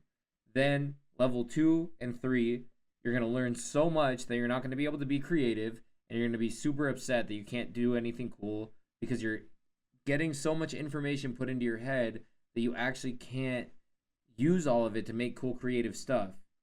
So you just kind of have to push through that and just keep absorbing as much information as you can and keep working, even though you're going to feel like you're hitting a wall, because then eventually you'll start internalizing all of that information that you're learning at Icon.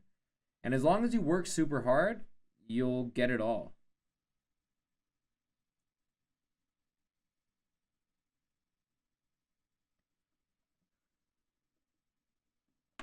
Yeah, if you guys want to come up with ideas for emotes, and put them in the Discord somewhere, I'll have Karen and Carter compile them, and I will make a bunch of new emotes for the channel.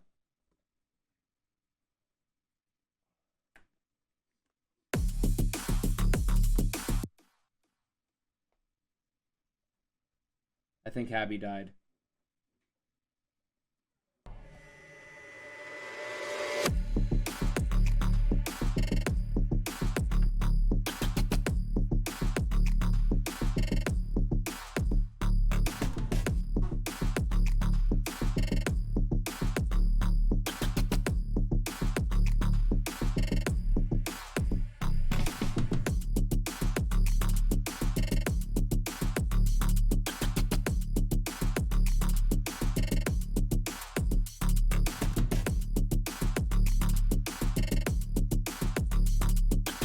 Shout out Human Protractor for the tier 1 sub for 4 months. That's crazy.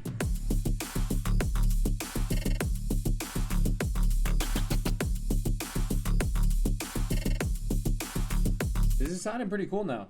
Yeah. Habby, I'm gonna let you get in the cockpit. You do some shit. Okay. And I'm just gonna film. That sounds good. Do I have my juice? Yes, I have my juice. Your juice? How do we do? Do we just... No, I'm just gonna stand up. Okay.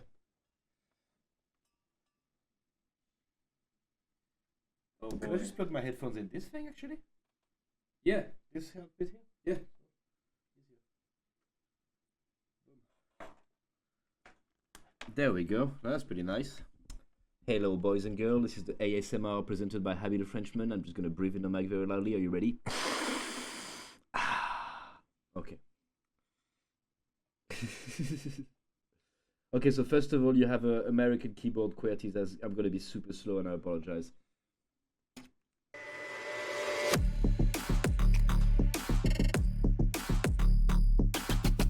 Don't mind me, Habby.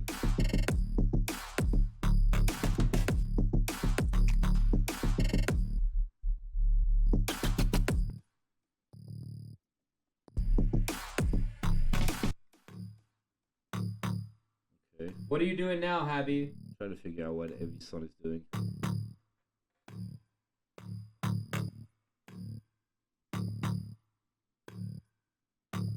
I will reduce the reverb a little bit on this guy. And there's no reverb on this guy. Okay. It's a send. It's a send. It's a send. Okay. See, it's right here. Ah, 362. That's a long ass reverb. That's a long boy. But then again, if he uses the same for everything, if I reduce it, it's gonna dry out the entire track, right?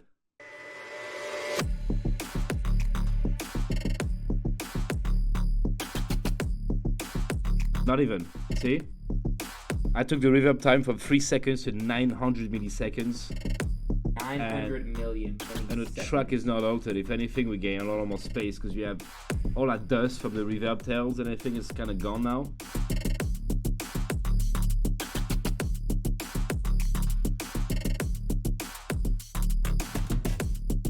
Okay, but we have this group that contains both the subs and the synth, right? Okay. Can I put this outside of the group? Separate group them. Yeah. See what happens. Different group. Okay. So we need to copy paste the sidechains.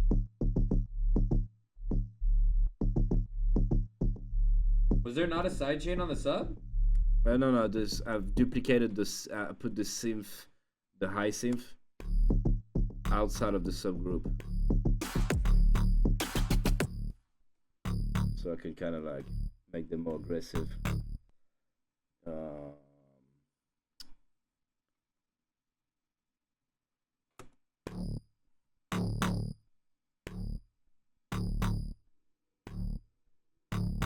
I feel like that like lower saw base could be shorter. This one? But because there's like the top layer, and then there's the bottom layer that's like the saw, you know? Oh, it's 2 layers. Okay, playing together. Okay. So lower in volume, you mean? No, it just needs to be shorter. Yeah, this one. He has a lot of release for sure. Oh, it's just the sustain's all the way up.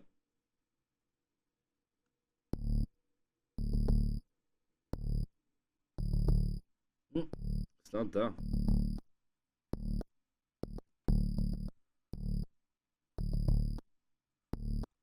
That's like doing nothing.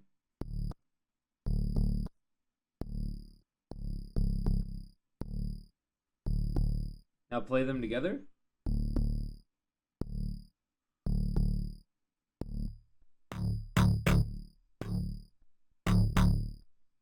It's a little better.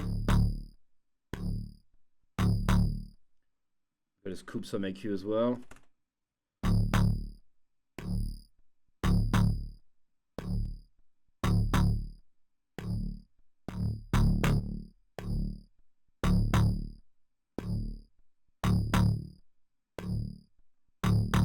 Remove some extra low end. Okay, now we are.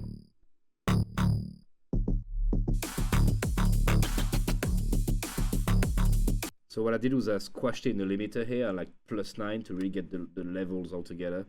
So you can then reduce the volume either by the channel on the limiter itself. But I don't know if you see here the limiter how it's like picking up all the signal here.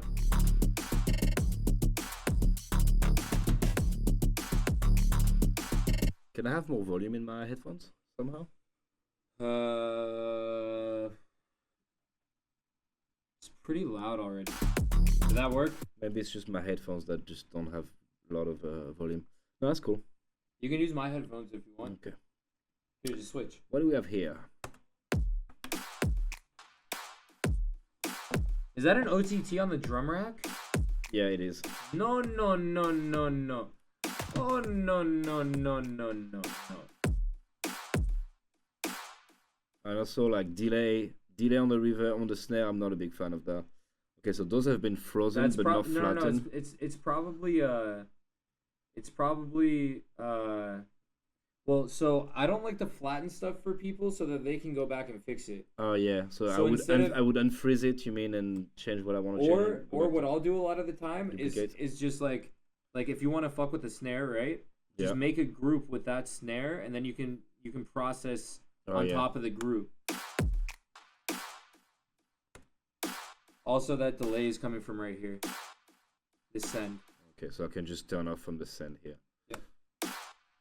Where's the send, Habby? Yeah, and see, left a bit of dust here from the previous snare that you can clean up. Here and there, you'll see some little bits. Yeah, of, just so bits you of know, audio. Habstrakt is without a doubt the most meticulous producer I've ever met. I will go through each one of your transients and manually inspect them all to make sure they all look similar. Yeah. He literally used to, instead of sidechaining, cut the audio of every single track on his song and just use audio fades as a sidechain for his kick and snare. That's how fucking crazy this guy is. Now, what do we have a snare? Yes, minus Karen, 13. make an emote channel. See, you get a lot more punch in the drums the moment you remove the delay. That just tack. You just go straight into the punch of it. Okay, I'm gonna put a second glue here, see what happens. He had one already, but I'm gonna try to remake it.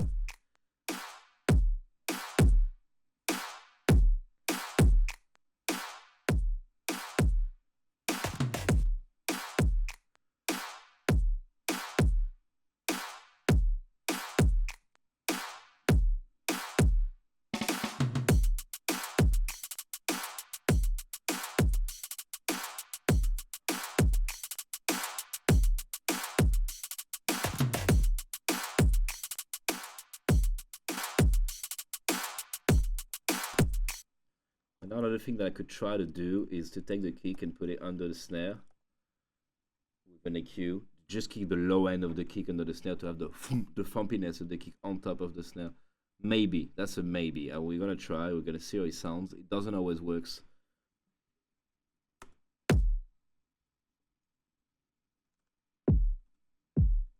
Wait, what are you doing? I'm adding the kick under the snare. Just EQ'd, so I just keep the low end of the kick under the snare. So almost like a rhythm track. Yes.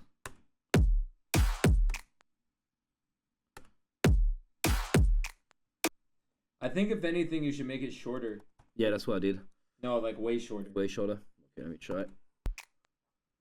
To make it shorter, you can go into the beats mode on the warp, select the little arrow here, and then use the little number here, which will this value here. You go.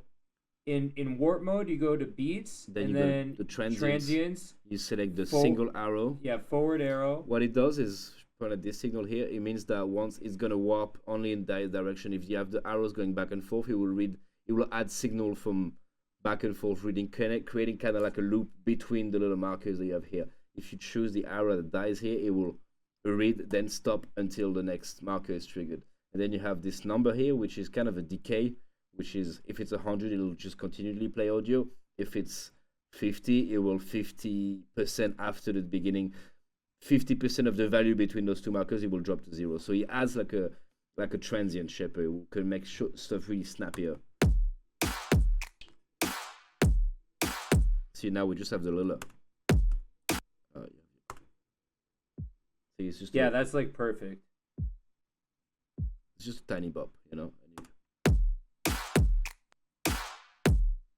It's not really meant to be heard, but it's meant to be felt when you're going to play your song on the speaker again. It will add to that low end information that you want to send.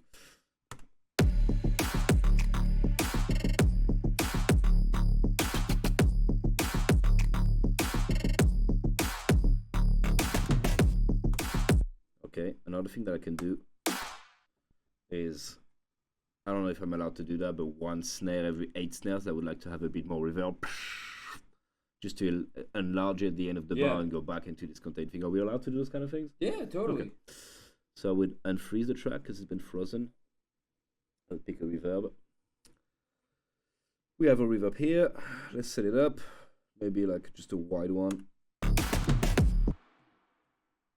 Something really big. I just want you guys to know how hard it is for me to try to film this shit. I do this for you. Yeah, we're doing our best here. I do this for the chat.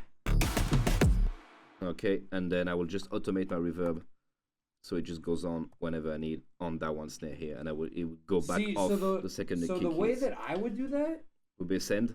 No, I would just make one snare, and then you put the reverb on it, on another channel, and then you flatten it, and then you just put that every 8 snares. Oh yeah, I could do that as well. Yeah. You know what I mean? I just kept that so I can go back later and change the value of the reverb if I want the reverb to actually realize that it doesn't sound as good. Or I would just make a second snare track. You know what I mean? The reason I made the automation here is that I can literally shut down the reverb here, clack, the moment the kick that's above here is gonna hit. You know what I mean? So you'll have that huge snare, but just for that value, and then the rest will be interrupted. But yeah, see, you have the big.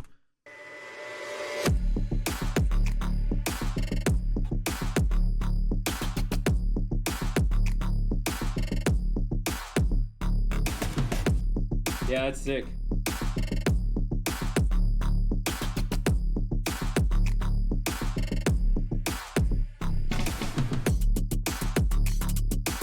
Sorry to cut you off, but Arash asked what the values are for the reverb. It doesn't matter.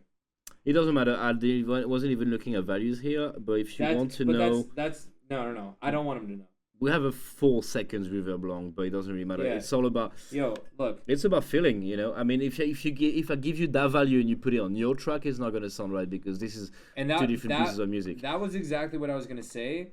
Is that Ableton's reverb plugin is so easy that you should just twist the knobs and figure it out until it sounds good. Yeah. The worst thing that you can do is watch these YouTube video tutorials, because I did this when I was a kid, okay? Yeah. I watched all the how to make Skrillex basses, how to make cone sound snares, blah, blah, blah, blah, blah, whatever. And all you end up doing is you're like, you go and you see these numbers and you input them the same way that someone else did, but you're not actually understanding why it's doing what it's doing. So I would rather you just throw a reverb on and just play with it until it sounds good, and then you'll understand, oh, when I turned this knob, it did this thing. Yeah. And that's way more beneficial to you. Yeah, there's no preset for reverb. But the concept of reverb also is to simulate a room, right? It's to simulate the impression of a bigger room in which the sound is being played. So there are as many possibilities as there are rooms that exist in this world. You can think of any church, any big building, any hall, any concert room. Everything is different. Any piece of the music will have a different will need a different setup and a different room to exist in. There's no right or wrong way to do this. But also with reverb, the interesting thing is you can create those rooms that are physically impossible. For example, not that much with the Ableton reverb because it's lacking a few parameters, but if you use the Valhalla and everything reverbs. Or you can use the IR convolution reverbs. Yeah, in Max for Live. Yes, that's a good example. You can create those rooms that are physically impossible. They are like a tube that is, 2 inches wide but 2 kilometers long, and you can emulate that as a room. And so reverb is really what you make of it. Yeah. The way that I talk about reverb is that, like, it's just a color. You know what I mean? Yeah. Like, you can use reverb to make something, like, feel like it's lifelike in a room, like a really short reverb on snares or claps or drums. But I really use reverb to, like, add, like, color and style to stuff. So it's really, the best way to learn reverb is to just play around with it and not worry about the specific numbers. See, for example, the hat here, I feel was lacking a bit of reverb, but I'm going to put a very, very short one on it. And to understand what I'm doing, I'm going to put the driver to 100%, so I only work on the reverb signal for now. And I'm only listening to what it is. But this is a signal that I'm going to put at like 5%. But first I want to get it right by doing this.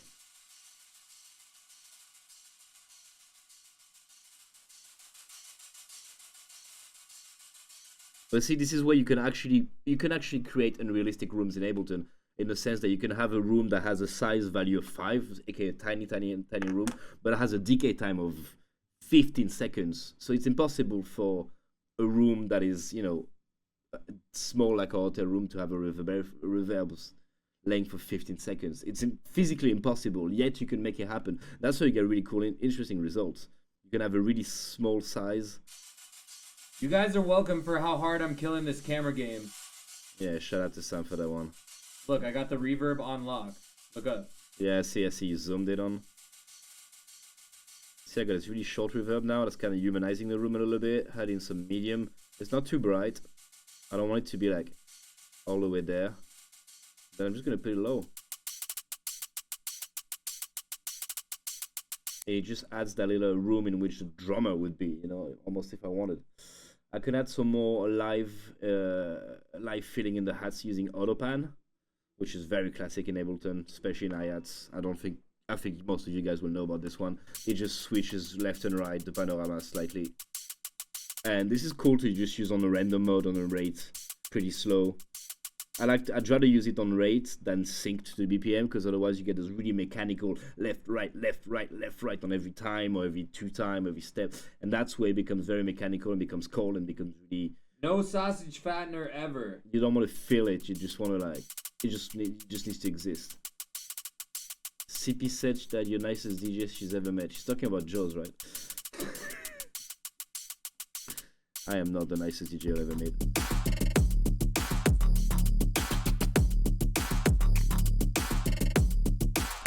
Okay, I feel like we're starting to get a bit more punch in the drums.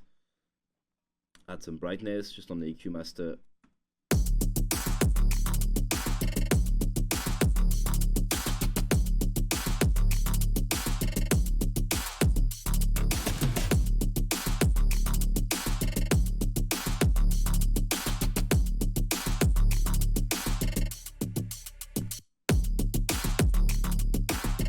yeah, just like boosted the high frequencies on the entire group, which is Here, hold on. A couple of people have asked about sausage fattener. What's your take? again, if it does the job, why not? You know, I used to have that on my master for years. I mean, they used to be on my master channel for all this time. I think the problem is that people abuse and misuse sausage fattener so much that it becomes a huge problem. I think it's a very aggressive plugin. I always use it between 0 to 5%. It would be great if the 0 to 5% was actually the curve represented of 0 to 100. Yeah. So you could really have. It's very capricious. You would never use that 20 or 30%. It's obviously obscene. I used to do that all the time, and it literally single-handedly ruined all of the songs I ever did it to. Yeah, but then also I've seen people use it in really in abusive ways and create excellent results. Skrillex uses sausage fattener. I've seen him use it and like crank it up and getting amazing results. You know. Did he say Skrillex? Yeah. Again, you think you can get good results if you don't like sausage fattener. If sausage fattener is too aggressive for you, you should try to switch to saturator. Saturator from Ableton is great for that. You can get really that impression of like, you know, loud and compressed sounds and a loud feeling, and it will still bring a lot of harmonics. You have to use it in a mode where the sausage is angry. Yep. Okay.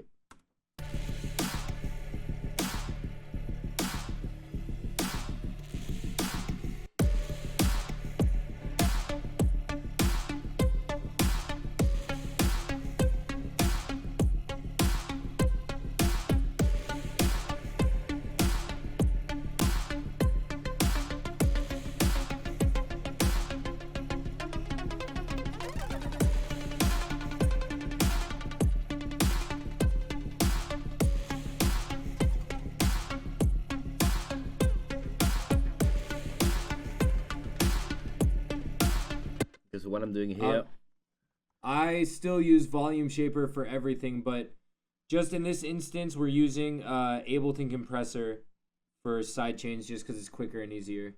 yeah, I use both. It doesn't matter. They both have excellent results. It really depends on what you want to do.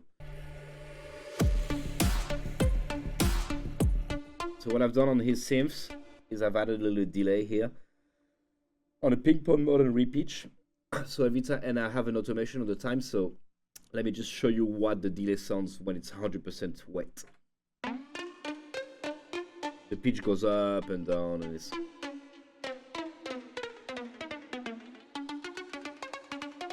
See?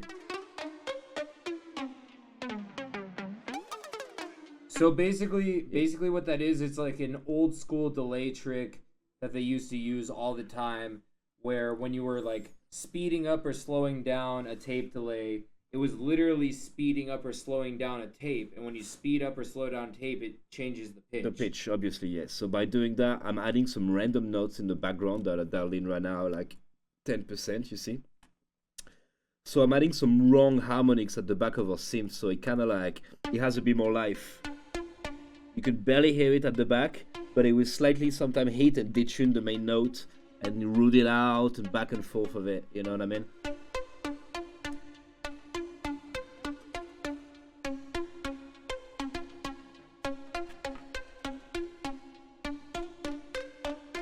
Did we just get raided?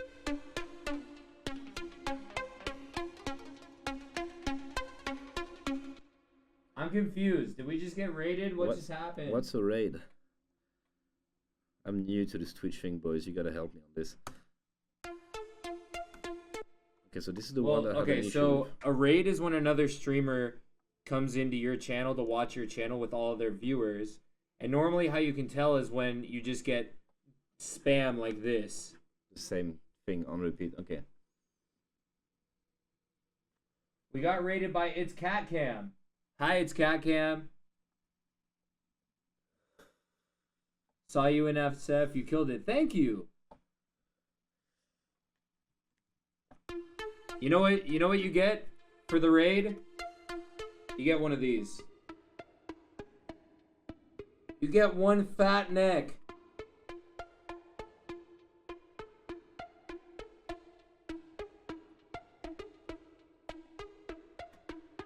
So on the second synth that's playing the higher notes here, I'm gonna try to detune it a little bit more and really try to like have even more go off course. What you could do on this instance, I see 2 oscillators here on the serum. You could do what all synthesizers would do by accident, which was you would plug the synthesizer on the power supply, and you would depend on like the small variation in the power. So your synth would always go up and down, slightly in and out of key, slightly. So what you can do to simulate that, you can take an LFO here, basic sine wave. Wait, before you get too crazy, just for everyone who's new here, who came in with Cat Cam, I'm Jauz, and this is Habstrakt, and we're doing demo roulette, working on some random dude's song.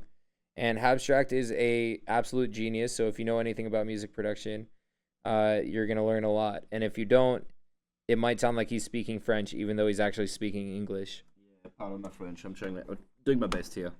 I wasn't born speaking English. I had to learn this whole thing later in my life, so and also, bear with me. And also, just so you know, normally I have a screen cap, but the screen cap made the mic super clicky today, so we're running off of one camera.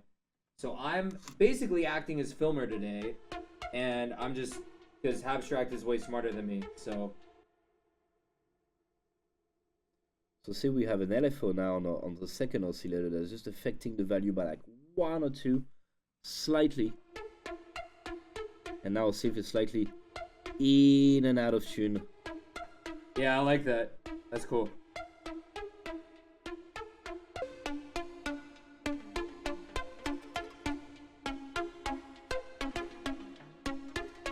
And I think it kind of adds to the spookiness of the track and the kind of like darkness to it, to bring those kind of irregularities of it.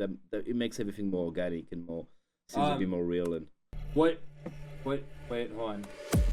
What he just did is hold on.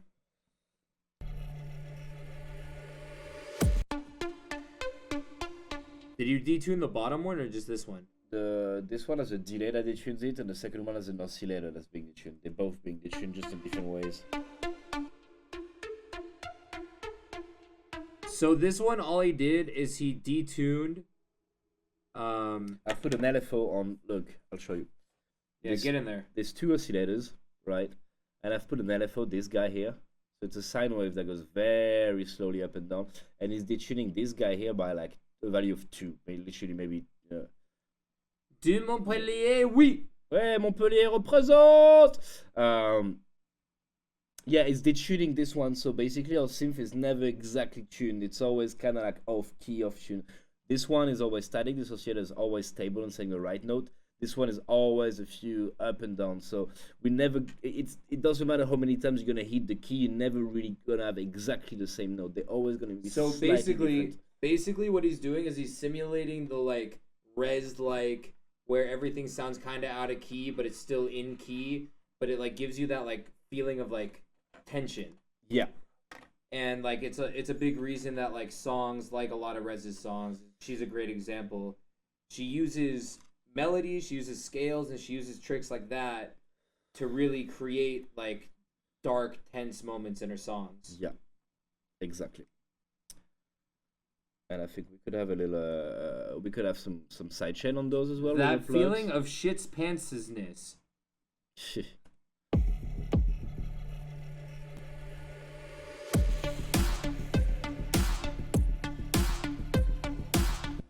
Why is it not coming through? Oh, he has a different kick, different snare in the intro. That's interesting. I don't know why, because they sound exactly the same to me. Maybe it's quieter on the intro? Maybe. So we have sidechain from kick 2 and clap. I am having more fun filming than doing demo roulette. Yeah, it's less work for you. It's cool. Here, I'm going to come back on this side so that I can stop screaming. Now I can actually just hold the mic and talk like a normal person.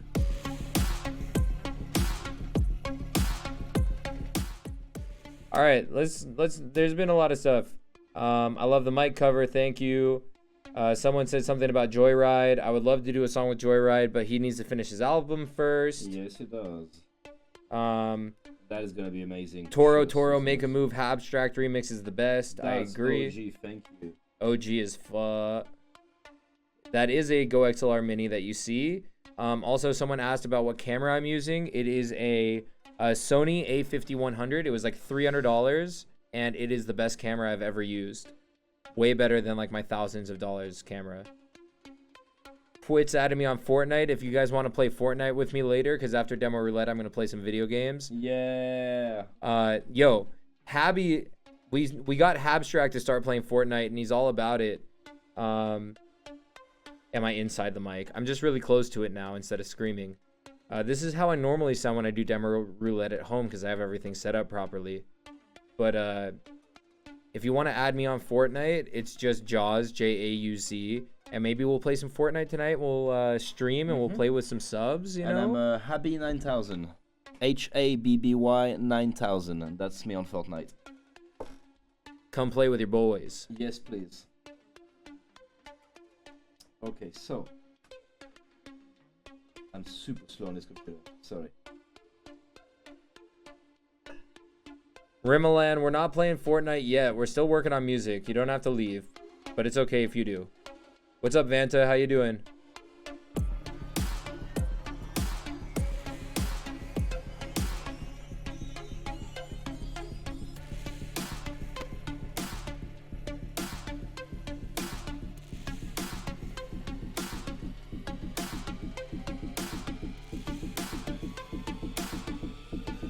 I do not play GTA. But I should.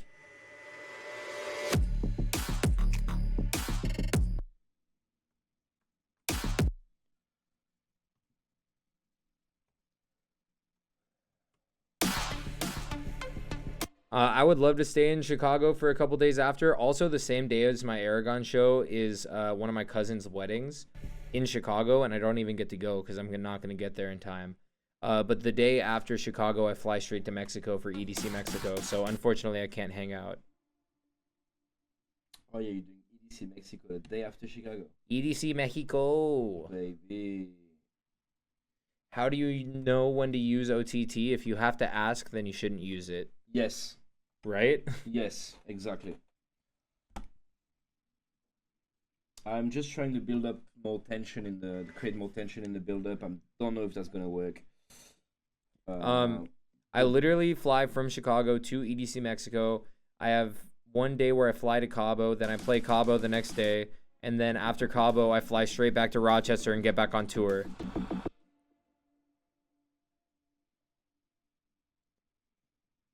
It's the wrong snare. We already have this snare here, so I can just filter it. I can add just a 909 or something, no?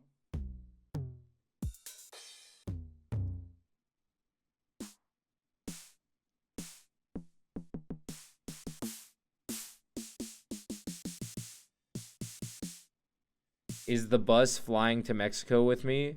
Hey! God damn it, Karen. The flying bus. Vanta, I would not agree with what you just said. What did you say? He said OTT on the bass synths and drops and literally everything you want to accent. That is the absolute opposite way to use OTT. You should only use it when you understand what you're actually doing to something, because otherwise you're going to put OTT on literally everything and you're going to end up absolutely ruining your song. And you won't trap where you just have to use it on everything. Yeah, and then what you'll actually end up doing is just deleting them all. Because you'll be like, why does my song sound like crap? And then you'll delete all the OTTs and be like, oh, now it sounds like a song again.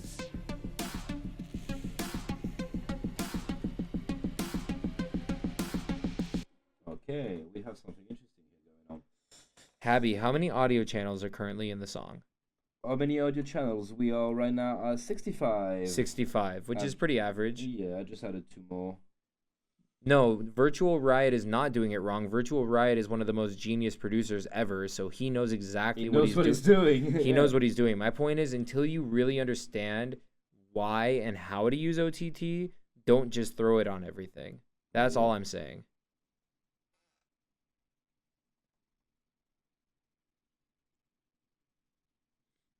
Okay.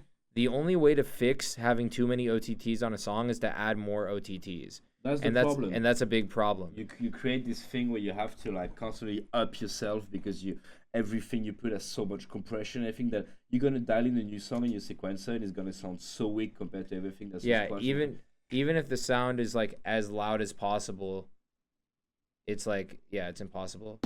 What's up, Lance?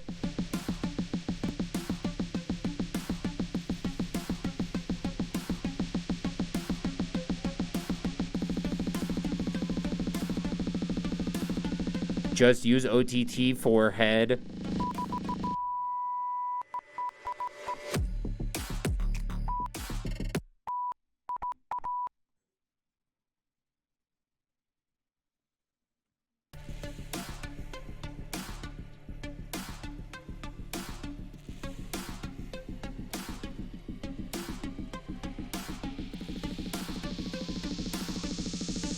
Ooh, thick buildup.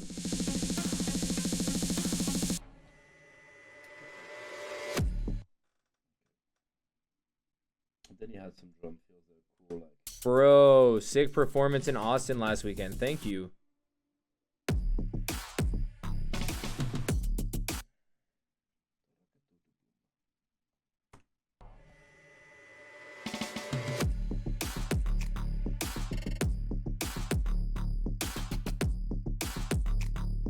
also I feel like it's more of a writing thing, but on his drop he has this it's like kind of like FX that goes down, there's a ton of them actually that those and there's another one somewhere that I can't put my finger on, but you hear that, right? Yeah, I mean, honestly, that's kind of a stylistic thing for songs like Yeah. this, is just to have tons of like reverb swells. Mission Ballroom was a nutworthy show, that is correct.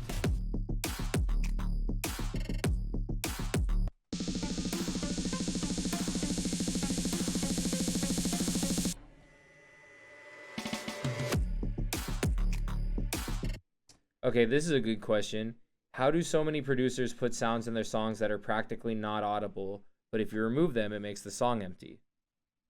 I think that's one of the biggest trick to be able to use in production is that not everything has to be at the forefront. You have to be able to hide sounds that are necessary to the song and really important, but that you don't actually hear them at the forefront. I think if you listen to it, the best example I can give you is Joyride.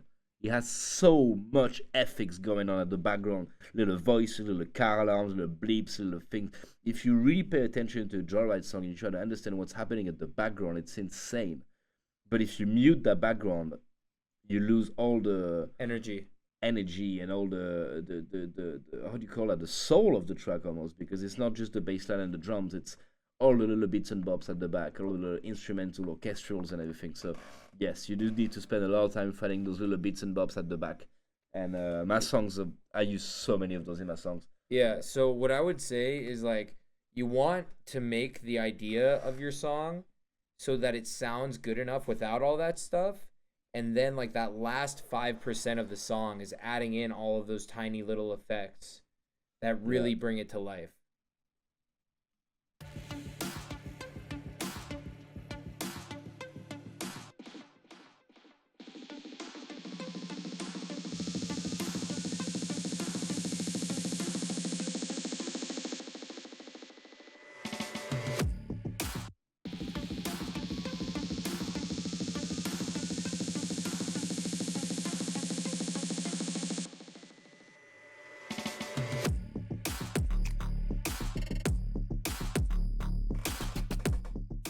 Everyone, GG's to A's and T Lance. Gifting out those subs. Gifted a total of 12. Now you only need to give out 5 million and then you'll compete with Karen.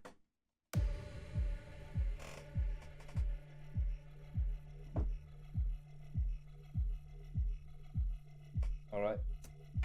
I compress the drum, I work to be on the intro, glue the drums together, I try to boost his synths a little bit more.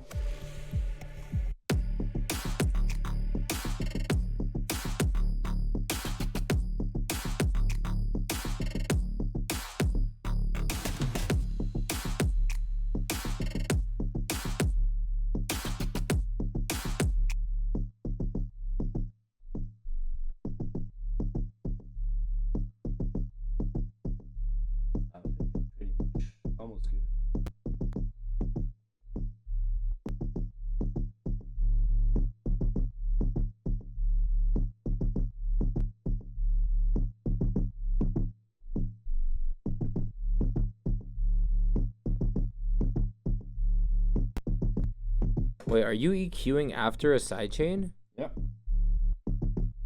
Why? because I can. Oh, okay.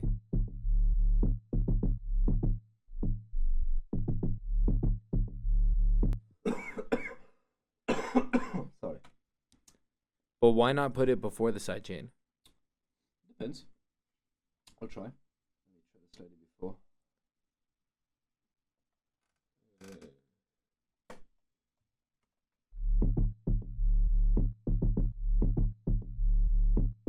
I'm just trying to like abuse the subs in the queue.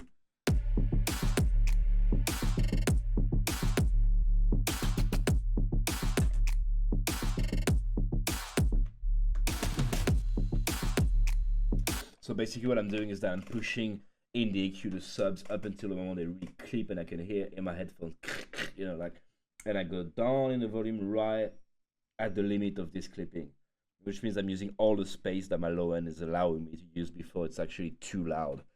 I'm literally pushing at the limit of it, and then I just play with the volume to adjust it in the mix if I want it louder or less loud, anything. But when it comes to the channel itself, I'm making sure that the sub is reaching its full potential by literally slamming it and boosting every value of like the notes it's playing and everything up until it is at the border of clipping, but it doesn't clip.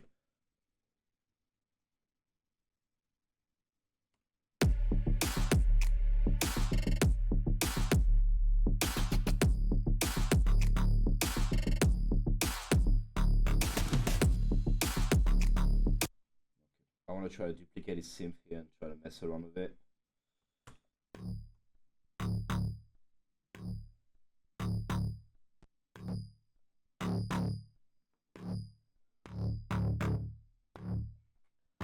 Do I ever use Massive anymore? Yeah, I still use it all the time.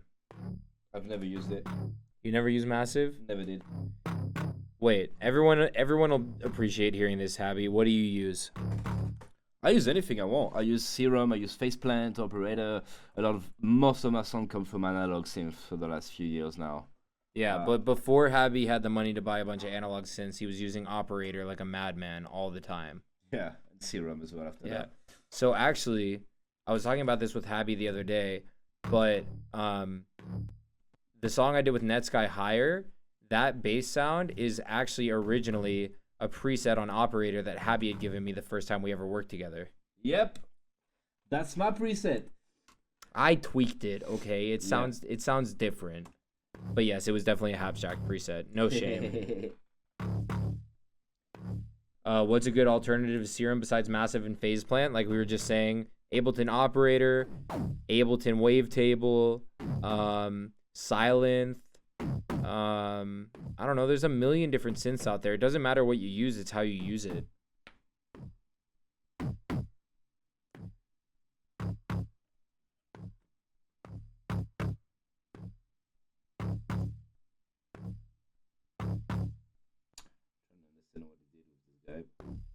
No, I don't know what RL Grime uses for synths. I would like to know, for sure. I'm sure he just uses Serum, dude. Yeah, maybe just or audio. Sylenth. I remember Bauer showed me one of his projects on Ableton when I met him, and it was the most unorganized thing I've ever seen in my life. It was just audio chopped everywhere, and he would make his sounds of just chopping little bits of audio and make melodies out of them, you know.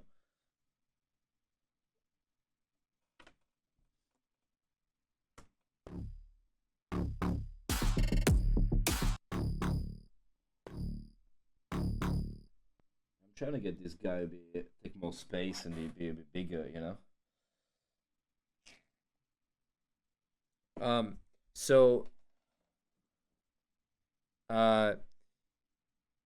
Something I want to touch on again, based on everyone asking questions about who uses what and blah blah blah blah blah whatever. It doesn't matter what synth someone uses. If RL Grime uses Serum, just because you download Serum and you download some, presets that RL Grime used before, you're not going to sound like RL Grime. The more important thing to do is find a synth that makes sense to you, that you understand how to use, that you can get really comfortable with, and then you can make sick, unique sounds that sound like you. I mean, like, for me, Feel the Volume is a sound that I made in oh my god, what is that synth called? uh, oh fuck, what's it called? What's that? What's that synth that's kind of like silent, but it's like Synth One? no, not synth one. Fuck. What's it? Not Diva. No, it's like a newer one.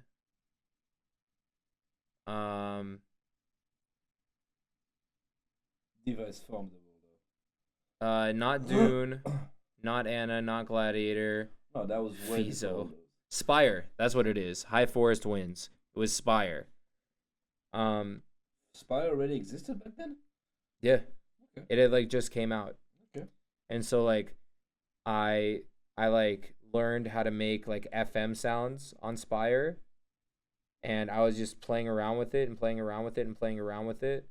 And that's how I made like all of my early remixes. Okay. And like Feel the Volume and all that stuff was on Spire.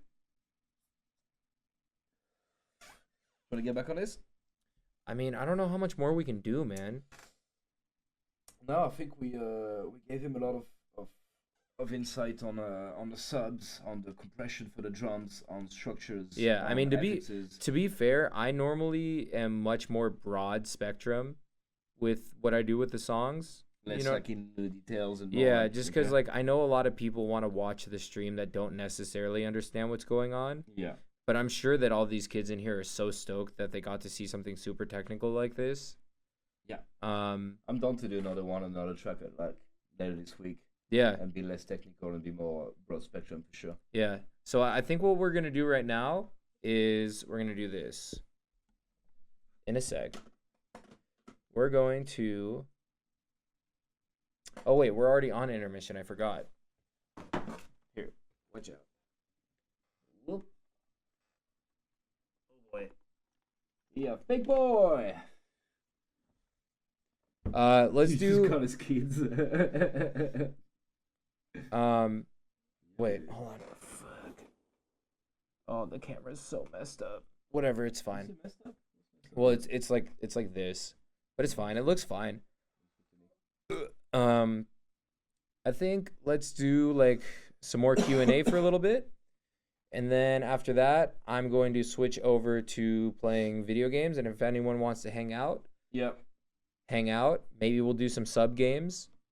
I know that every time I turn off and then go back into playing video games, it's like instead of like 150 people, it's only like 15. But that's okay. It'll still be fun. Adam, man, I know that you like depth, but there are also a lot of people that want to watch Demo Roulette or watch me stream that aren't as familiar with Ableton or music production. So I try to make it as broad as I can while also giving you guys, valuable information. I think it's important at any stage of production to be able to go back to the basics and just hear someone talk to you about, structures and the very basics. I could never get enough of those tips personally. Yeah, and it's like, a lot of problems with a song aren't necessarily, compression or EQing or, distortion. A lot of times it's like level management. Yeah. And like, having too many layers going on at the same time, just and like removing rather than adding stuff as well. Yeah, that's a really big that's one of the biggest things that I do on Demo Roulette. I think is just like I'll get a track with like 100, channels, and I'll try to strip it down to like 40. That's something that I always tell myself is reducing is just as important as producing. That's something you should never forget. Reduce and produce. Habs, you should do Skype sessions. I'm gonna start twitching myself. Actually, I'm gonna get all set up at home when I get home. Great. That means that no one is gonna watch my channel anymore, and everyone's just gonna go watch Habstrakt. No, because I'm a lazy boy, so I'm not gonna be doing as much as you. But yeah, when Habby starts his Twitch channel, I'll make sure to plug it here so you guys can all go follow him. Also, you should make a Discord to talk to all the people. If you're not a part of the Byte This Discord yet, you should. I will make a Discord. I've heard about it for a while, and I really need to get into it. Habby doesn't have a Discord yet, but he's gonna make one. And yeah, thank you guys for staying around, because I know once Habby starts, everyone's gonna leave me, and that's okay. That's fine. Okay, I'm not gonna make a Twitch. Fine.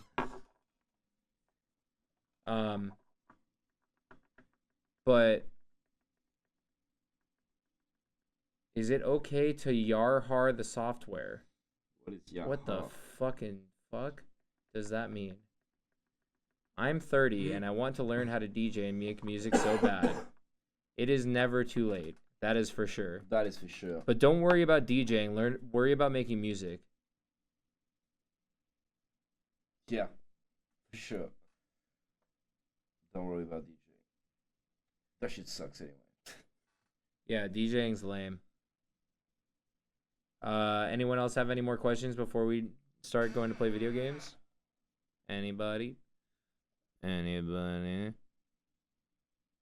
Anybody?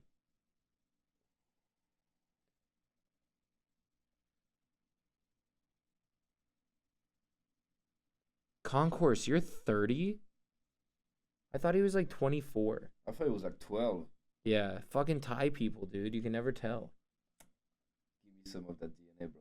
Yeah, I need some of that Thai curry, dude. Seriously, I'm losing my hair and shit.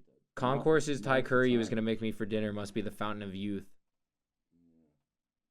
Can we hear the song one more time? Yes, you can. Let's play it.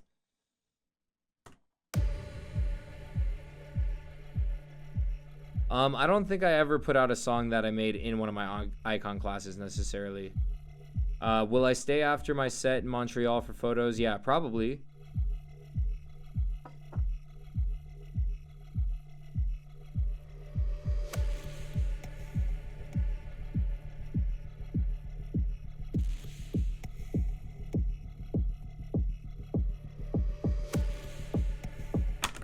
Habby, have you ever heard of Coos?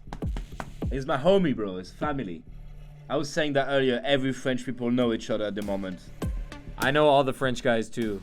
But you can be sure that we all talk to each other. And we have hella of the French kids on Bite This.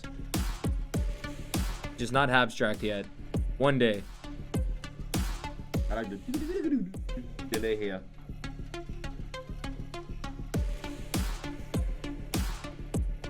See, the other one was too loud. I took it down a bit so that the harmony is not like up front, it's just there. Hell yeah, bro. Portland gang, man. I love Portland. Always end up smoking weed outside the club with you guys. Such a good time. You know it. Dude, everyone calls me Habby. No one even knows my real name. Uncle Habby. It's actually Daddy Habby now. Whoa.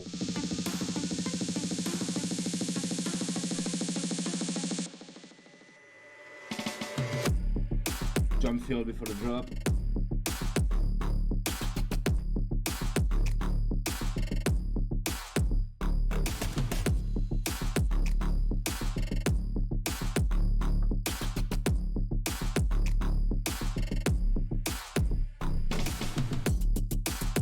Am I doing Moonrise again? I don't think so. It was a really rough time last year. So I'm really glad you guys stuck around for that. Esiso. Yeah, well, I was playing Moonrise last year, and I started my set at the same time that Excision was starting on the main stage and Tiesto on the other stage. Oh no. And I was playing in a tent, and it was like 10,000 people. I get on stage with all my crew, my manager, my agents, my homie, and I was like, this is gonna be so good. Oh my god. I plug my USB, I go under the table to be like hidden, like, you know, you make that intro, like you arrive just later, like, hey! And in the 2 minutes that it's set up and I play my intro and I get back on stage, the tent was empty. There was like 500 people left there. Everyone had left. Oh, the God, entire. It was right after Genja White Night and it was popping. And I get to the tent, it was 500 people. I was like, this is bad. And I played the show, and you know what? I think every one of those 500 people that night messaged me to tell me that they loved the set, that they had a great time. That's all that matters, man. And that was the best thing ever, man, because I went from being like, this was horrible, to actually, this is the most love and support I've ever had on a show ever. Like, you guys were amazing. So Moonrise gang, I fucking love you. Thank you so much. You know it. You know who You you are. know You it. know who you are, because there wasn't that many people that day, and you really fucking saved the day for me. So thank you so much. That set was the best set of the weekend for real, though. See, that makes my That's life. all that matters, man. That makes my life, bro. Like, would you rather have 10,000 kids who don't give a shit or 500 that are like diehard? Hardcore fans, and that was, I would insane. rather have the 500 hardcore fans all day. Yeah. Habi, did you go to school or just figure out music production? I was a terrible student. I went to music school when I was a kid. I was supposed to learn music, theory and everything. I was just a stupid kid, and I was just, rather than going to school, I would just smoke cigarettes in a back alley, and, I regret it. But no, I didn't learn anything in school. I learned everything on my own later via tutorials, YouTube, and a lot of experimentations. I just have a really curious mind about things, I guess. That doesn't fit with school, but it fits well when I'm on my own and just experimenting. And I think a lot of people will agree with that. That you can learn so much just on your own. And we have internet nowadays, which is the best tool ever made. Yep. I have made a tune with Eptic, and so is Habstrakt. Do you guys know to play any instruments? I was a guitar player initially. Yeah. Same Z's. Yeah.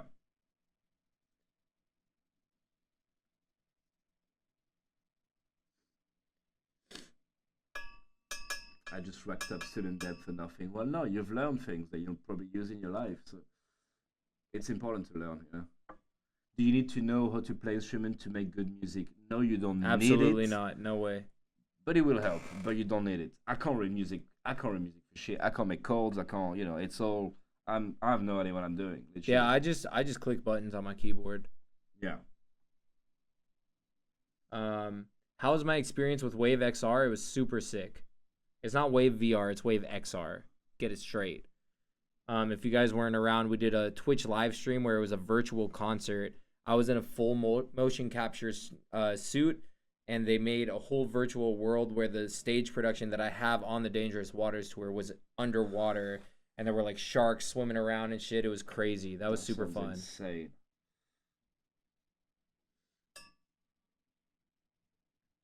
Do you ever delete, clear out your projects if you get too many that you can't finish? I keep everything just in case, I for keep sure. everything just in case. And I make great songs by taking bits of that, bits of there, bits Totally. of that. And I just mash them up together. I get like 15 unfinished songs, and I make a great one song. Totally. I'm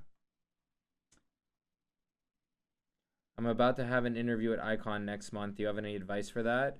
As long as you're honest about who you are, the worst thing you could do getting interviewed to be a student at Icon is try to act like you're something you're not. Yeah. If you don't know anything about music, then tell them you don't know anything about music. If you're brand new, tell them that, like, whatever. Be real. They're here to teach you. Yeah, and honestly, more than anything, Icon is there for, like, real people. And so, like the last thing that they want is someone who thinks they're a hot shot who really doesn't know anything. Yeah. They would rather have someone who genuinely loves music and cares about it, who's never made a beat in their life, than some person who's just there because they think that Icon is the place to fucking, network and meet people and how they're going to become the next, Skrillex. How long does it take you guys to finish a track? Anywhere between 6 hours to 6 months. But my best tracks ever, I've always made them in a couple days. The moment I had the idea. Yeah, or like a few hours even. Yeah, a few hours, and then the rest is just finishing details, mix downs, and everything. But the body of the track, the melody and the drop, it's a few hours. Yeah. Yeah, I mean, a lot of my best songs, like I'll write the drop in like 30 minutes, and then like maybe another day later I'll write like the intro, and then I kind of just patch them together, kind of like what we were talking about before. That's an interesting question here. How much feedback do you get for your songs when you're done? I get absolutely zero feedback. I don't send unfinished music to anyone. I sit on it for a while. I will play it in my show if I have to, but I take full responsibility to be the one that knows if it's good or not good enough. It's really stressful, but I can't send my music to anyone until I know for sure that it's good. Yeah, I'll send it to my friends, being like, "Check out this tune, it's fire." I won't be like, "Do you think it's good or not?" If I have to ask, I already know the answer. It's not good. I used to do that all the time. Here's the one thing I will say to contradict that though. Is that there are songs like Rock the Party that I thought sucked, and then someone else heard it and was like, yo, this is fire. Yeah. And I was like, no, it's really not that good. My Hellcat remix. Yeah. And then it ended up becoming my best song. I have the email chain with Schism, and I'm sending it to Schism, and I'm like, I am not sure if I made complete rubbish or the absolute future. And Tommy's kissing me like I have no idea as well. There's only one way to find out. We send it to the label. We let them decide. That was one of the only options that I had. I had no idea. I didn't know if it was good or not. Chicken Soup was like that as well. For a moment, I wasn't sure if it was like super weird or the absolute future. You know, you just can't. Well, tell and for a that's the moment. thing, is that those are the most important songs. Yes, The they're ones- the one that change everything. The ones that you think, oh, I know people are gonna love this, are normally the ones that go over like a wet blanket. But the ones where you're like, this is either gonna suck or be amazing, are normally the ones that are amazing. Have you guys ever implemented other producers' ideas and mix downs into your own records? All the time. We Of all course. exchange all ideas, sounds, Yeah. techniques, productions. That's how you learn. As a producer, you're always alone. You make music on your own. Most of it, 90% of it, 99% of producers are just loners like me and Sam. We are just we are one big equation that is the result of all the tips we change each other from people we know, people we don't, from the internet, forums. You need to use techniques from other people. You need to use sounds from other people. Yes, you do, because you are the sum of everything that you learn and you're being taught, and then you pick what you want to use from all that. You know. Habi, did you draw your own tattoos before you got them? I drew a bunch of them, yes, and I'm about to get a lot more tattooed that I've designed myself. I also designed a whole new collection of merch that is dropping next month. So, yeah, I've been really into design lately.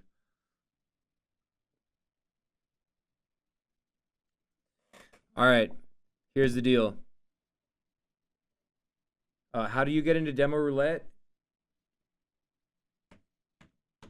1 second. Did you design? Go your to whole the shit? go to the Discord link that I just put in the chat, and there is an entire channel in the Discord for demo roulette. It has all the rules about how to submit your songs and all the explanations and everything. I made a 25-minute video explaining how to do it. Yes, Carter, design thanks for your making holy the shit awesome pins? commands.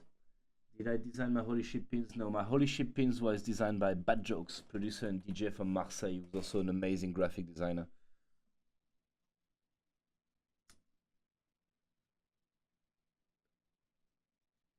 Top 3 people you would want to work produce with Habi. Mala, number 1. DJ Snake. Third one.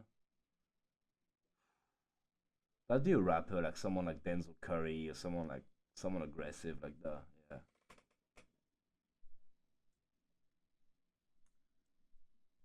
I see a lot of people complaining about promoters and other industry people acting shady. The music industry, just as any other industry, is a business. It's called the music industry and not the music summer camp for a reason. No one is here to help you for free. People will be shady. People will use shady business tactics. Will try anything they want. This is the reason why you need a solid team you can rely on, a good agent and a good manager, because they can take the hit for you and they can shield you from all the bad things out there. Let someone represent you to do your business. Otherwise, you will be exposed to so much of shit that depresses you that you won't even be able to sit down and make music anymore. Sometimes you gotta relay it, even if it's just having a friend of you represent you and use a spoof email address. You know, having to pretend he's your manager but it's just your homie. Sometimes you gotta let someone do the talk. So And take the Droidzen's question was about legal representation. I see that one as well. He said, do you think the business needs better legal representation advice specifically for DJs and producers? I have a great team of lawyers. Same. Most people that are in a position like us do have a great team of lawyers. Yeah, you need lawyers. It's really up to you as an artist to decide, like Habi was saying, to build a team around you that, you know, can carry the weight of the things that you can't do on your own. One of the most powerful things that I ever heard was that the smartest people do what they know they're great at and bring people around them that do what they know they're not great at. Yep. Because when you try to be a one-man army, and that's not even just having lawyers and managers and accountants and whatever. I'm even like, you know, like the best musicians, the best producers, the best DJs, the best whatever in the world have a team around them. Whether it's, you know, a production team or a bunch of homies that they work with. Like, I have so many resources that I use as a musician and as a producer of friends who are producers that I can bounce ideas off of, that I can ask for advice, that, you know, samples, whatever. No one makes it to this point on their own. No. It's literally impossible. No, it's important to very early on in your career grasp the concept of some of the legalities of it. A very good example I can give you is that when you start signing your first contract to a record label, you're signing a release, just a single or anything, go see a lawyer. It will cost you money, for sure. You will make that money back eventually. Go see a lawyer for an hour, sit down with him and be like, talk to me like I'm 12 years old. Explain to me the contract like with little branch and little rocks and be like, I give you 2 branch, you give me a rock. You know, like when I talk to my lawyer, I'm like, talk to me like I'm a 12-year-old. Simplify that shit for me to the extreme so I can understand what's going on. But it is worth it sometimes to go seek advice and understand better how everything is made and how to protect yourself as well. Yeah.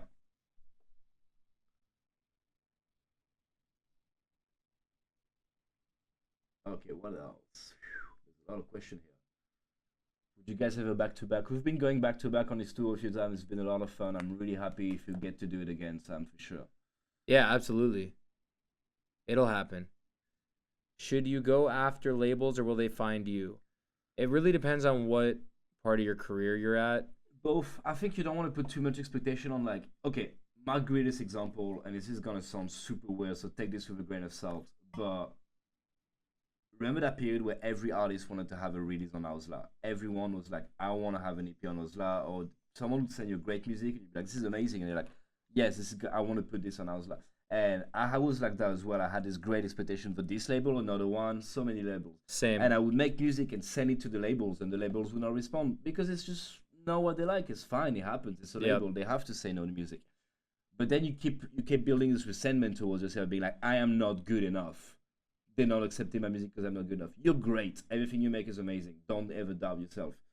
But dude, there's so much stuff that I get from my label that I think is awesome, but I don't think fits in like what the vibe is for Bite This. You know? You should never put too much expectation on the fact that a label is gonna eventually release your music. That's why I'm saying it doesn't matter if it's that or this label. It's just that, especially if you look up to the big labels and you put them as your goal, being like, I want to one day have a release on that. I think nowadays in the industry, you're better off having a goal as I will have my own label, then I will have a release on this label over there. You know what I mean? Because it's your boy. I mean, again, I'm really weird for that. I'm an old anarchist, man. I don't sit at anyone's table. I'm the fucking table, and everyone else sits on the floor. I don't. If someone doesn't fuck with my music, I just. That is the most French thing I've ever heard in my entire life. I don't. To me, they don't have the power. Us artists, we have the power. Especially how the music industry is now, we definitely have the fucking power. A label power. Means nothing if there's no one selling music Afixa says to them. if you want a career, make TikTok videos. As well, yes. Big facts. And an OnlyFans. Okay, and an OnlyFans, yeah. Okay, I have a couple questions in here I want to hit before we wrap. When did you feel like it was necessary to get a manager? I didn't. I waited until. I waited until I absolutely needed a manager, and the right manager found me. Same. Was there any reason the Finn production wasn't in full effect last night at the Republic? Yes. The fucking stage of the Republic is tiny. What the fuck do you expect me to do? Most of the stages that we work with are literally 5 to 7 times the size of the Republic. Yeah. That doesn't mean that the show at the Republic wasn't sick, but we can only do so much. You know what I mean? I think the beauty of your tour and your production is that it always is a slightly different setup. We always the team is great for that because they can adapt to any venue. Yeah, it also makes their life a living hell. So shout out to the crew. Dude, they are working so hard. We're really happy on this tour. Yeah. Yeah. There was someone. Who are the top 3 I want to make music with? Calvin Harris. Bring Me the Horizon. Actually, one of the guys from Bring Me the Horizon hit me up on Instagram yesterday, and he was like, because I talked about making music with Bring Me the Horizon, or that I wanted to, in a podcast with Knife Party. And I guess Jordan from Bring Me the Horizon saw that, and he was like, hey, I saw that, and I checked out your music, and it's pretty cool. And I actually died inside because Bring Me the Horizon is my favorite band of all time. So if you guys are watching, let's make some shit happen. Polyphia is sick. Polyphia is super sick. How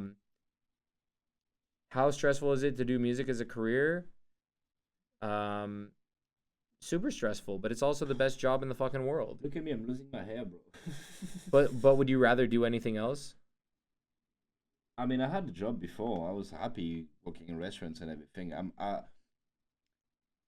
I think now that I've heard that I've got used to travel that much and see the world and do this crazy thing where you fly to Moscow and the day after you're in the Philippines and the day after you're back in LA, I think I got used to that. And if the moment that's gonna stop, that will be weird. Yeah. But if I had to go back to different type of job, I think I could, as long as I could still make music at home. As long as you could still make music. Okay, see, for me, there's nothing I wanted to do in my entire life other than make music for a living. I don't think I could ever do anything else other than this or be involved in music somehow. You know, nowadays, yeah. like if I was, like if I worked at like Icon, the music school in LA or something, Yeah. and I was still involved in the scene and I was still involved in music. Which airline do I get miles with? Delta Gang. Delta Gang. Air France and Delta, bro. Sky Team. Sky For the Team. win. Wesh la Sky Team. American Express and Sky Team gang, bro. Yeah. Only one Wesh way. la American Express. Wesh la Sky Team. Bro. All right. So here's the deal. Borgor and a bunch of other artists are all playing COD, and they've been trying to get me to play COD for a minute now. So I'm gonna hop on. All of my tour boys, all the crew boys are playing COD right now. I'm gonna hop on COD. If any subs want to play COD, stick around. I'm gonna set this up, and it's gonna take me all of like 10 minutes. Actually, you know what? I can switch this all around with the camera still on. Can you? I can. So just give me a second. But you know what? I'm gonna give you this, Habby, and you just keep. Habby's gonna keep answering questions for you guys, so you don't leave. Ooh, that's gonna be a spicy boy. All right, what are the questions? How do you make connections with any other producers? You fucking harass them on social media until they fucking answer you. That's how you do it. Trust me, that's what I did. Trust me, daddy. Trust me, daddy. Habby, what was your first live show like? Okay. Habstrakt's first live show. I was 16 years old. I was really stressed. I was really nervous. I was playing live on Ableton. And my parents came. My sisters came. I was so nervous. He was in Montpellier, my hometown. Were you using a trigger finger? Yes. And the moment I was supposed to start my show, my pirated copy of Ableton Live detected a pirated copy, and my Ableton Live didn't work, so I couldn't do my show. So I was humiliated in front of everyone, and I couldn't fix the problem, and I had to cancel the show in front of everyone, and that was great. My first show I ever did was when I was 14 years old, and I was playing for a bunch of other 14-year-olds, and they thought it was a hip-hop show, and I played dubstep, and I got booed off stage, and they threw cans at me. Yep. True story. Yep. And then my second show, it happened again, just the exact same thing. My computer didn't work again. So now it's been maybe 12, 13 years old, and I'm still terrified of going on stage every day just because of that one story. I'm always like, the CD is gonna burn, the ceiling's gonna fall over my head, something's gonna happen. Yeah. What is the meaning behind DJ name Habstrakt? There is none. It's just abstract with an H. Exactly. What's the collab process like? Do you guys send each other stems or work together in person? It depends. Sometimes it can be really intimidating to work with the same person in the same room. Sometimes you're just not inspired, so you end up being in a session with someone and you know it could be great. It's just not your day. You just don't have any good ideas, so nothing comes out of it. I think stems is good, but it has to be with someone that you know. My best advice is to literally go out for dinner with the guy, have fun, get drunk, get some good food, talk about music for hours, show each other a bunch of music, and then you start from there before you even make a collab. You want to collaborate with someone, you both human beings, get to know each other before that. You'll be able to curve a lot of... That is the biggest facts of all time. You'll be able to remove so much of the expectation, anticipations. You'll be more relaxed in the session after. Like, seriously, before you ever make a collab with someone, go have dinner with them. It's the only way. If that dinner doesn't go well, don't do the fucking track. Yeah, I mean, I would say I do the same thing, but instead of going to dinner, we'll like go to the studio, but instead of actually making music, Yeah. we'll just hang out. We'll just hang out. Like, be okay to spend a day with someone making nothing. Just like showing each other stuff in YouTube videos and memes. Like, it's important to get the flow going like that. Get the juices running. Hey Abby, let's get dinner and get drunk. I know where you're going. I noticed that you kick transients are faded on most of your songs. Absolutely not. They're actually boosted.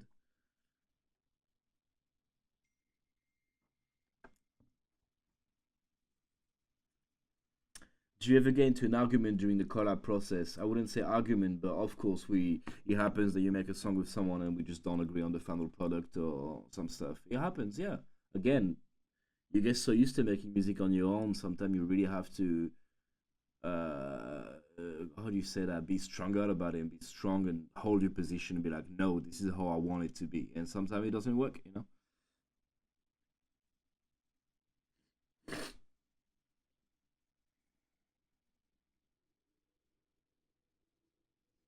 Your kick sounds like a pillow, bro. Bro. Do you guys master your own tunes? I don't. I know I could. I could do it. I know to do it. The reason I don't do it is because I need to give up on my songs, otherwise I work on them forever. So eventually I send it to a studio mastering studio that's in LA that do an amazing job for me. It's called Dark Art. But eventually I send it to them and I'm like, finish that shit for me so I don't have to touch it again. And he sends it back to me. It's called originalmix.wave. It's the final file and I can't touch it. And my manager can finally go to bed. Because it doesn't have to be like, Adam, you need to finish this. And I'm like, yes, again. And I remake the song again and again infinitely. The reason I get it mastered is so I can't touch the file anymore. Otherwise I would do it myself. But then I would spend 2 weeks doing the mastering, different versions and everything. I need to give it to someone that I trust, that knows his job and that does it for me. So I just stop working on the track. I do it because I'm crazy. Otherwise I would do it myself. How was Chicken Soup mixed? Yeah, in the studio together. Yeah. We did together. It's the same guy that did the mastering. I think we actually did most of the mastering ourselves. He just made it a bit louder. I'm not even sure. I forgot. I'll have to check the project. It was made in the studio together in the same room. It's an interesting song. There's a lot of mistakes in it. The snare is like 12 dB in the red. If you put it at normal volume, it just doesn't sound the way it's intended to. There's a lot of things that are really odd in Chicken Soup. There's a lot of low ends that we forgot to remove. There's a lot of sounds that are only panned completely to the left or right. Like the toom, toom, toom, toom at the end of the bar, literally left, right, left, right. There's a lot of really weird anomalies, and I think that's what made the song that great. It was because it was just a little middle finger to so much of those codes that we think every producer needs to use all the time. How long did it take me to make lasagna? We worked on this for a while because we had a different drop, different versions.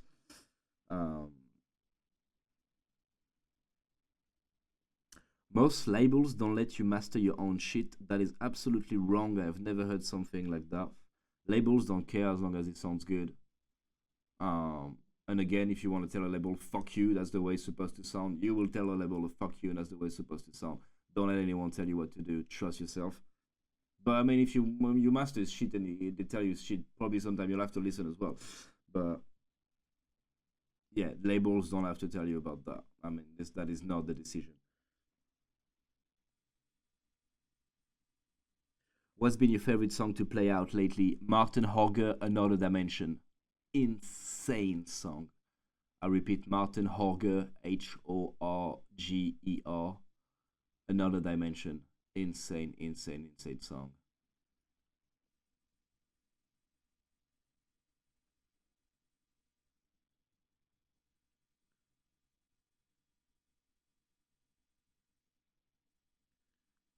Ah, you guys know that song. That's cool. Yeah, Martin Horger is really good. Mala posted a video of him playing it the other day in Paris, and it's just, it's insane. It's insane. You'll see. There's just, the city in France right now is just exploding, and you see like the shows in France are just crazy. But that video that he posted of Another Dimension is insane. Habi, how can people send you tracks? I'm about to start a Twitch channel pretty soon. Once I get home from this tour, I will get everything set up, and I will dive into it a bit more because it seems to be a great community that I really want to get closer to. And yeah. Any collabs of A-Trip? That man is wild. Man is absolutely wild. I love A-Trip. I hope we get to make a song together. Yeah, for sure. Ah, you guys know what video I'm talking about, right? The video, the crowd goes fucking bonkers. It's fucking insane.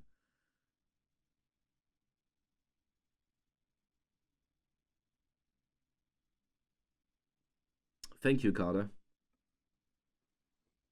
Any tips on seamless transitions for mixing? When you talk about mixing as DJing, I'm assuming. don't really have your frequencies clash. If there's bass on one, don't have bass on the other one. If there's highs on one, don't have highs on the other one. It's just like try to switch them like that, on off on the channels. That's the best thing I can do. Yeah, don't force two songs into each other. Sometimes you're better off just doing a sharp transition from one to another than trying to actually force two songs that don't go together, and it's just gonna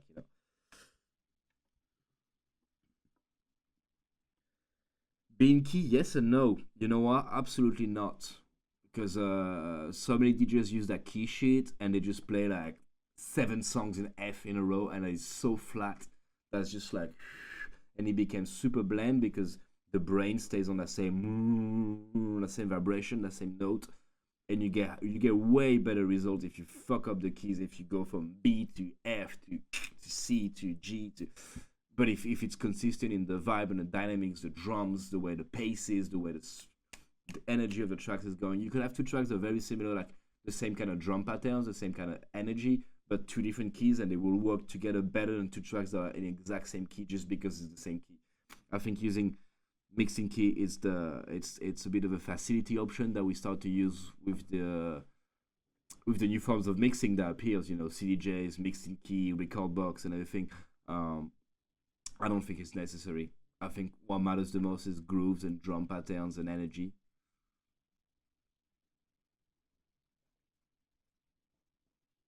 Do you learn a lot from John? Assuming John, you mean Joyride? Yes, he taught me so much. That man is a fucking demon. He knows so much. It's insane. He's a demon. He's a cat demon.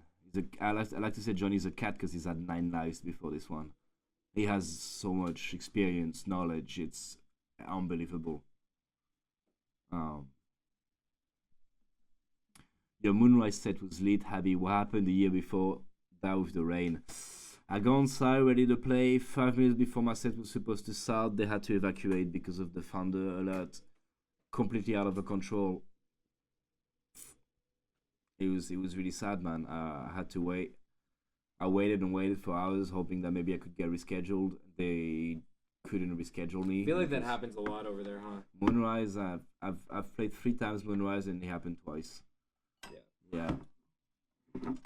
It's a great festival. It's just, they have to respect the weather. It's super dangerous for kids to be out there under the rain and the thunders, for sure.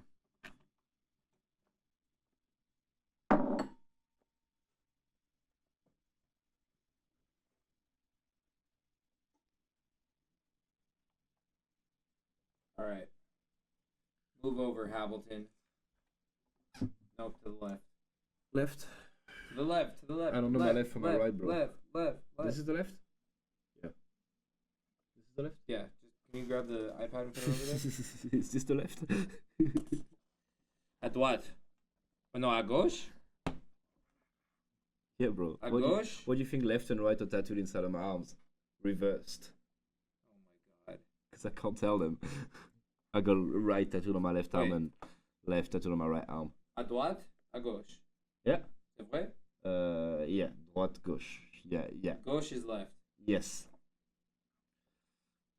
I got that from my mom. She can't tell her left from her right as well. Happy to use a controller to play Fortnite on your iPad? Yes, exactly. He does now. I do now. Is Call of Duty on iPad? No, I wish. I wish. If you guys know any good iPad games that I can play with the controller, let me know, because I just got the iPad Pro with the Xbox controller, and that stuff's amazing. So I really like it. It's great for designing as well.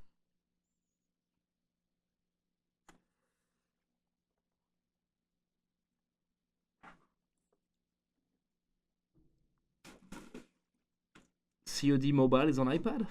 Does that work with a controller? COD Mobile is on the iPad, but it's not. A, you can't use a controller, and B, it doesn't play with the actual COD. Ah. Yeah. Okay. It is sick. I'll look it up though. I'll download it. I'll try it out. Streaming gaming, it's amazing. You can use controller. Okay. Okay. So how am I gonna do this? I need to. Are you guys gonna play Call of Duty? For a bit, and then we'll play Fortnite. Or I'll just play Fortnite. I could just play Fortnite in the back on my stuff. Cool. Just to get some practice in. Mm-hmm. Okay. Wait. there was a chord that was going from my computer. Oh, okay, this one. So this is the line in. So that needs to be this. And the line out goes to this.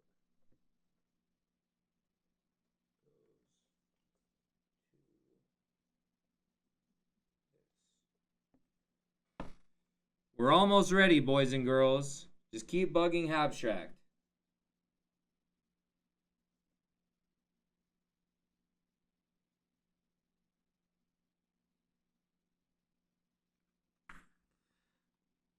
Multi-band compression on drum bus, is that good? Yeah, sure.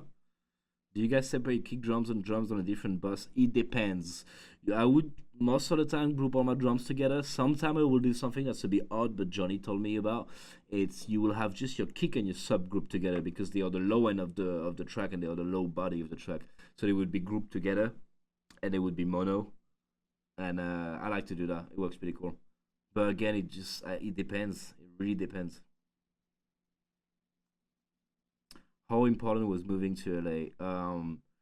For me, it was very important because I was living in south of France, time zones and culture and everything. It was important for me to get there and understand a lot of things of how it worked.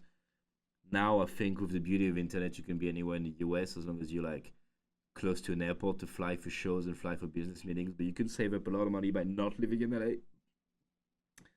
And yeah. It's it's an interesting place for sure.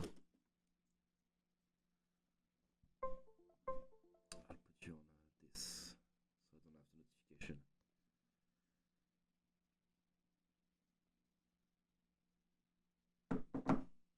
What's the best production advice you got from Joyride? Oof. Bro, there is a lot of them. I don't know. So many of them. Linear phase EQ is really good. It really showed me how you have to use linear phase EQ for some stuff. How a normal EQ is gonna fuck up your sound sometimes, especially when it comes to actually removing the low end and working on like precise stuff like your subs. Using the linear phase mode. That's something I really emphasized on. I still never use that shit. It really changed my life, man. It really changed my life. Yeah. Can you ask Jauz if he or by this has a Discord, please? Yes, there is. We are putting the link for you right now. There you go.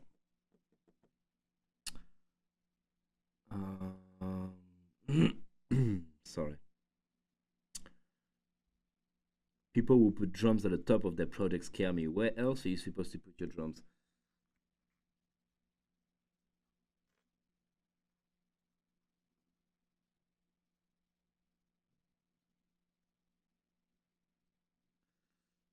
Habstrakt sample pack anytime soon? Hell no.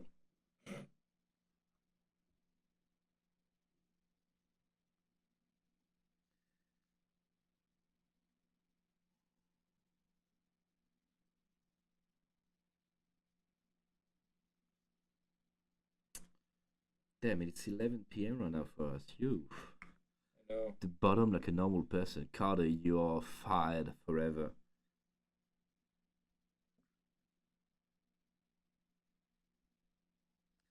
Forever. Usually stack kicks the top and the low, just use one kick sample. I just use one, personally. Yeah. Putting your samples on splice is like quitting the band and teaching guitar lessons.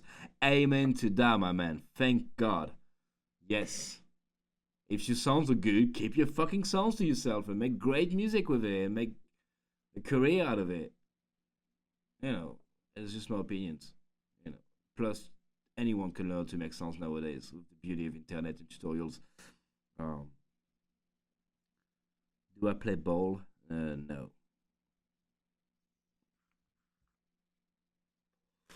A bajillion euros for Habby samples.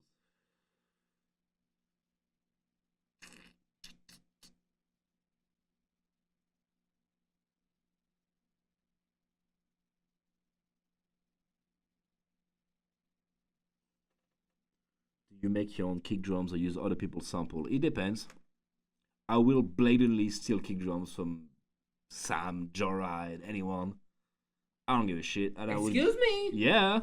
And I will gladly use my own kick. That works great. The kick from Chicken Soup is my kick drum that I've used religiously since 3 or 4 years, and it's great. I love this kick drum. Very versatile. You can pitch it up and down. Had a little dust here and there.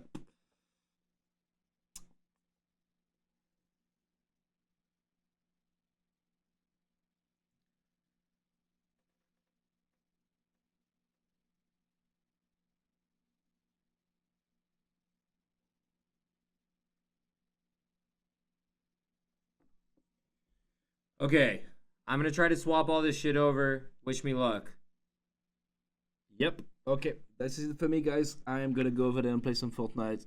Thank you so much for tuning in tonight. I hope I get to see those pretty soon on my own, and I hope I get to kick Sam out of Twitch because I'm so popular that he just loses all of his followers.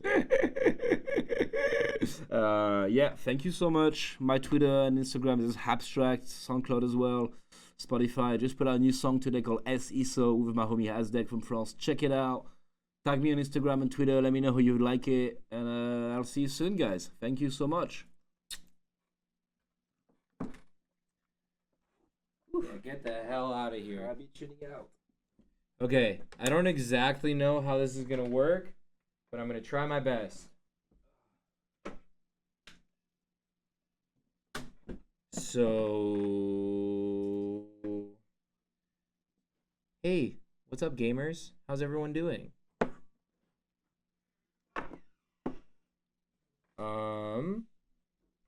So I have, wait, what?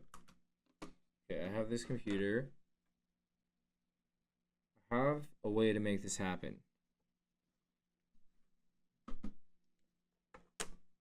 Okay. Sound is gonna go off for a second, gamers. Bear with me. Okay. That one.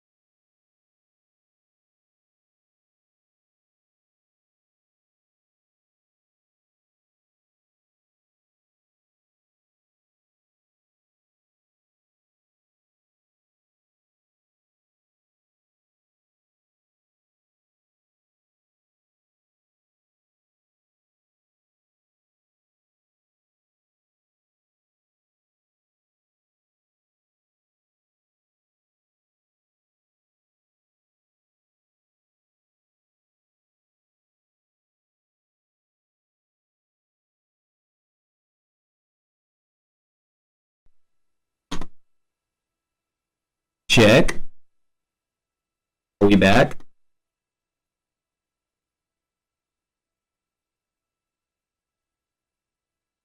Can you hear me? You did great, Habby. You did wonderful. Yeah, the mic was kind of hot. Sorry.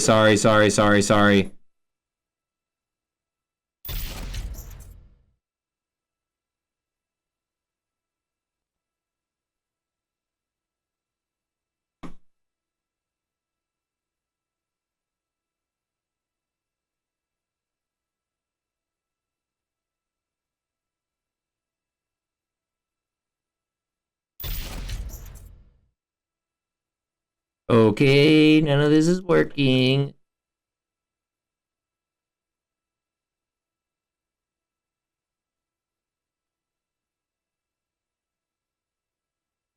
Hi.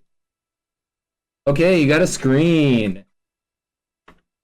everything super poppy still, or no? Does it sound good?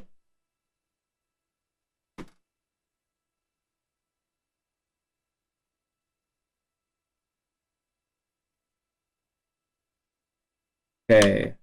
Now let's see why my camera doesn't work.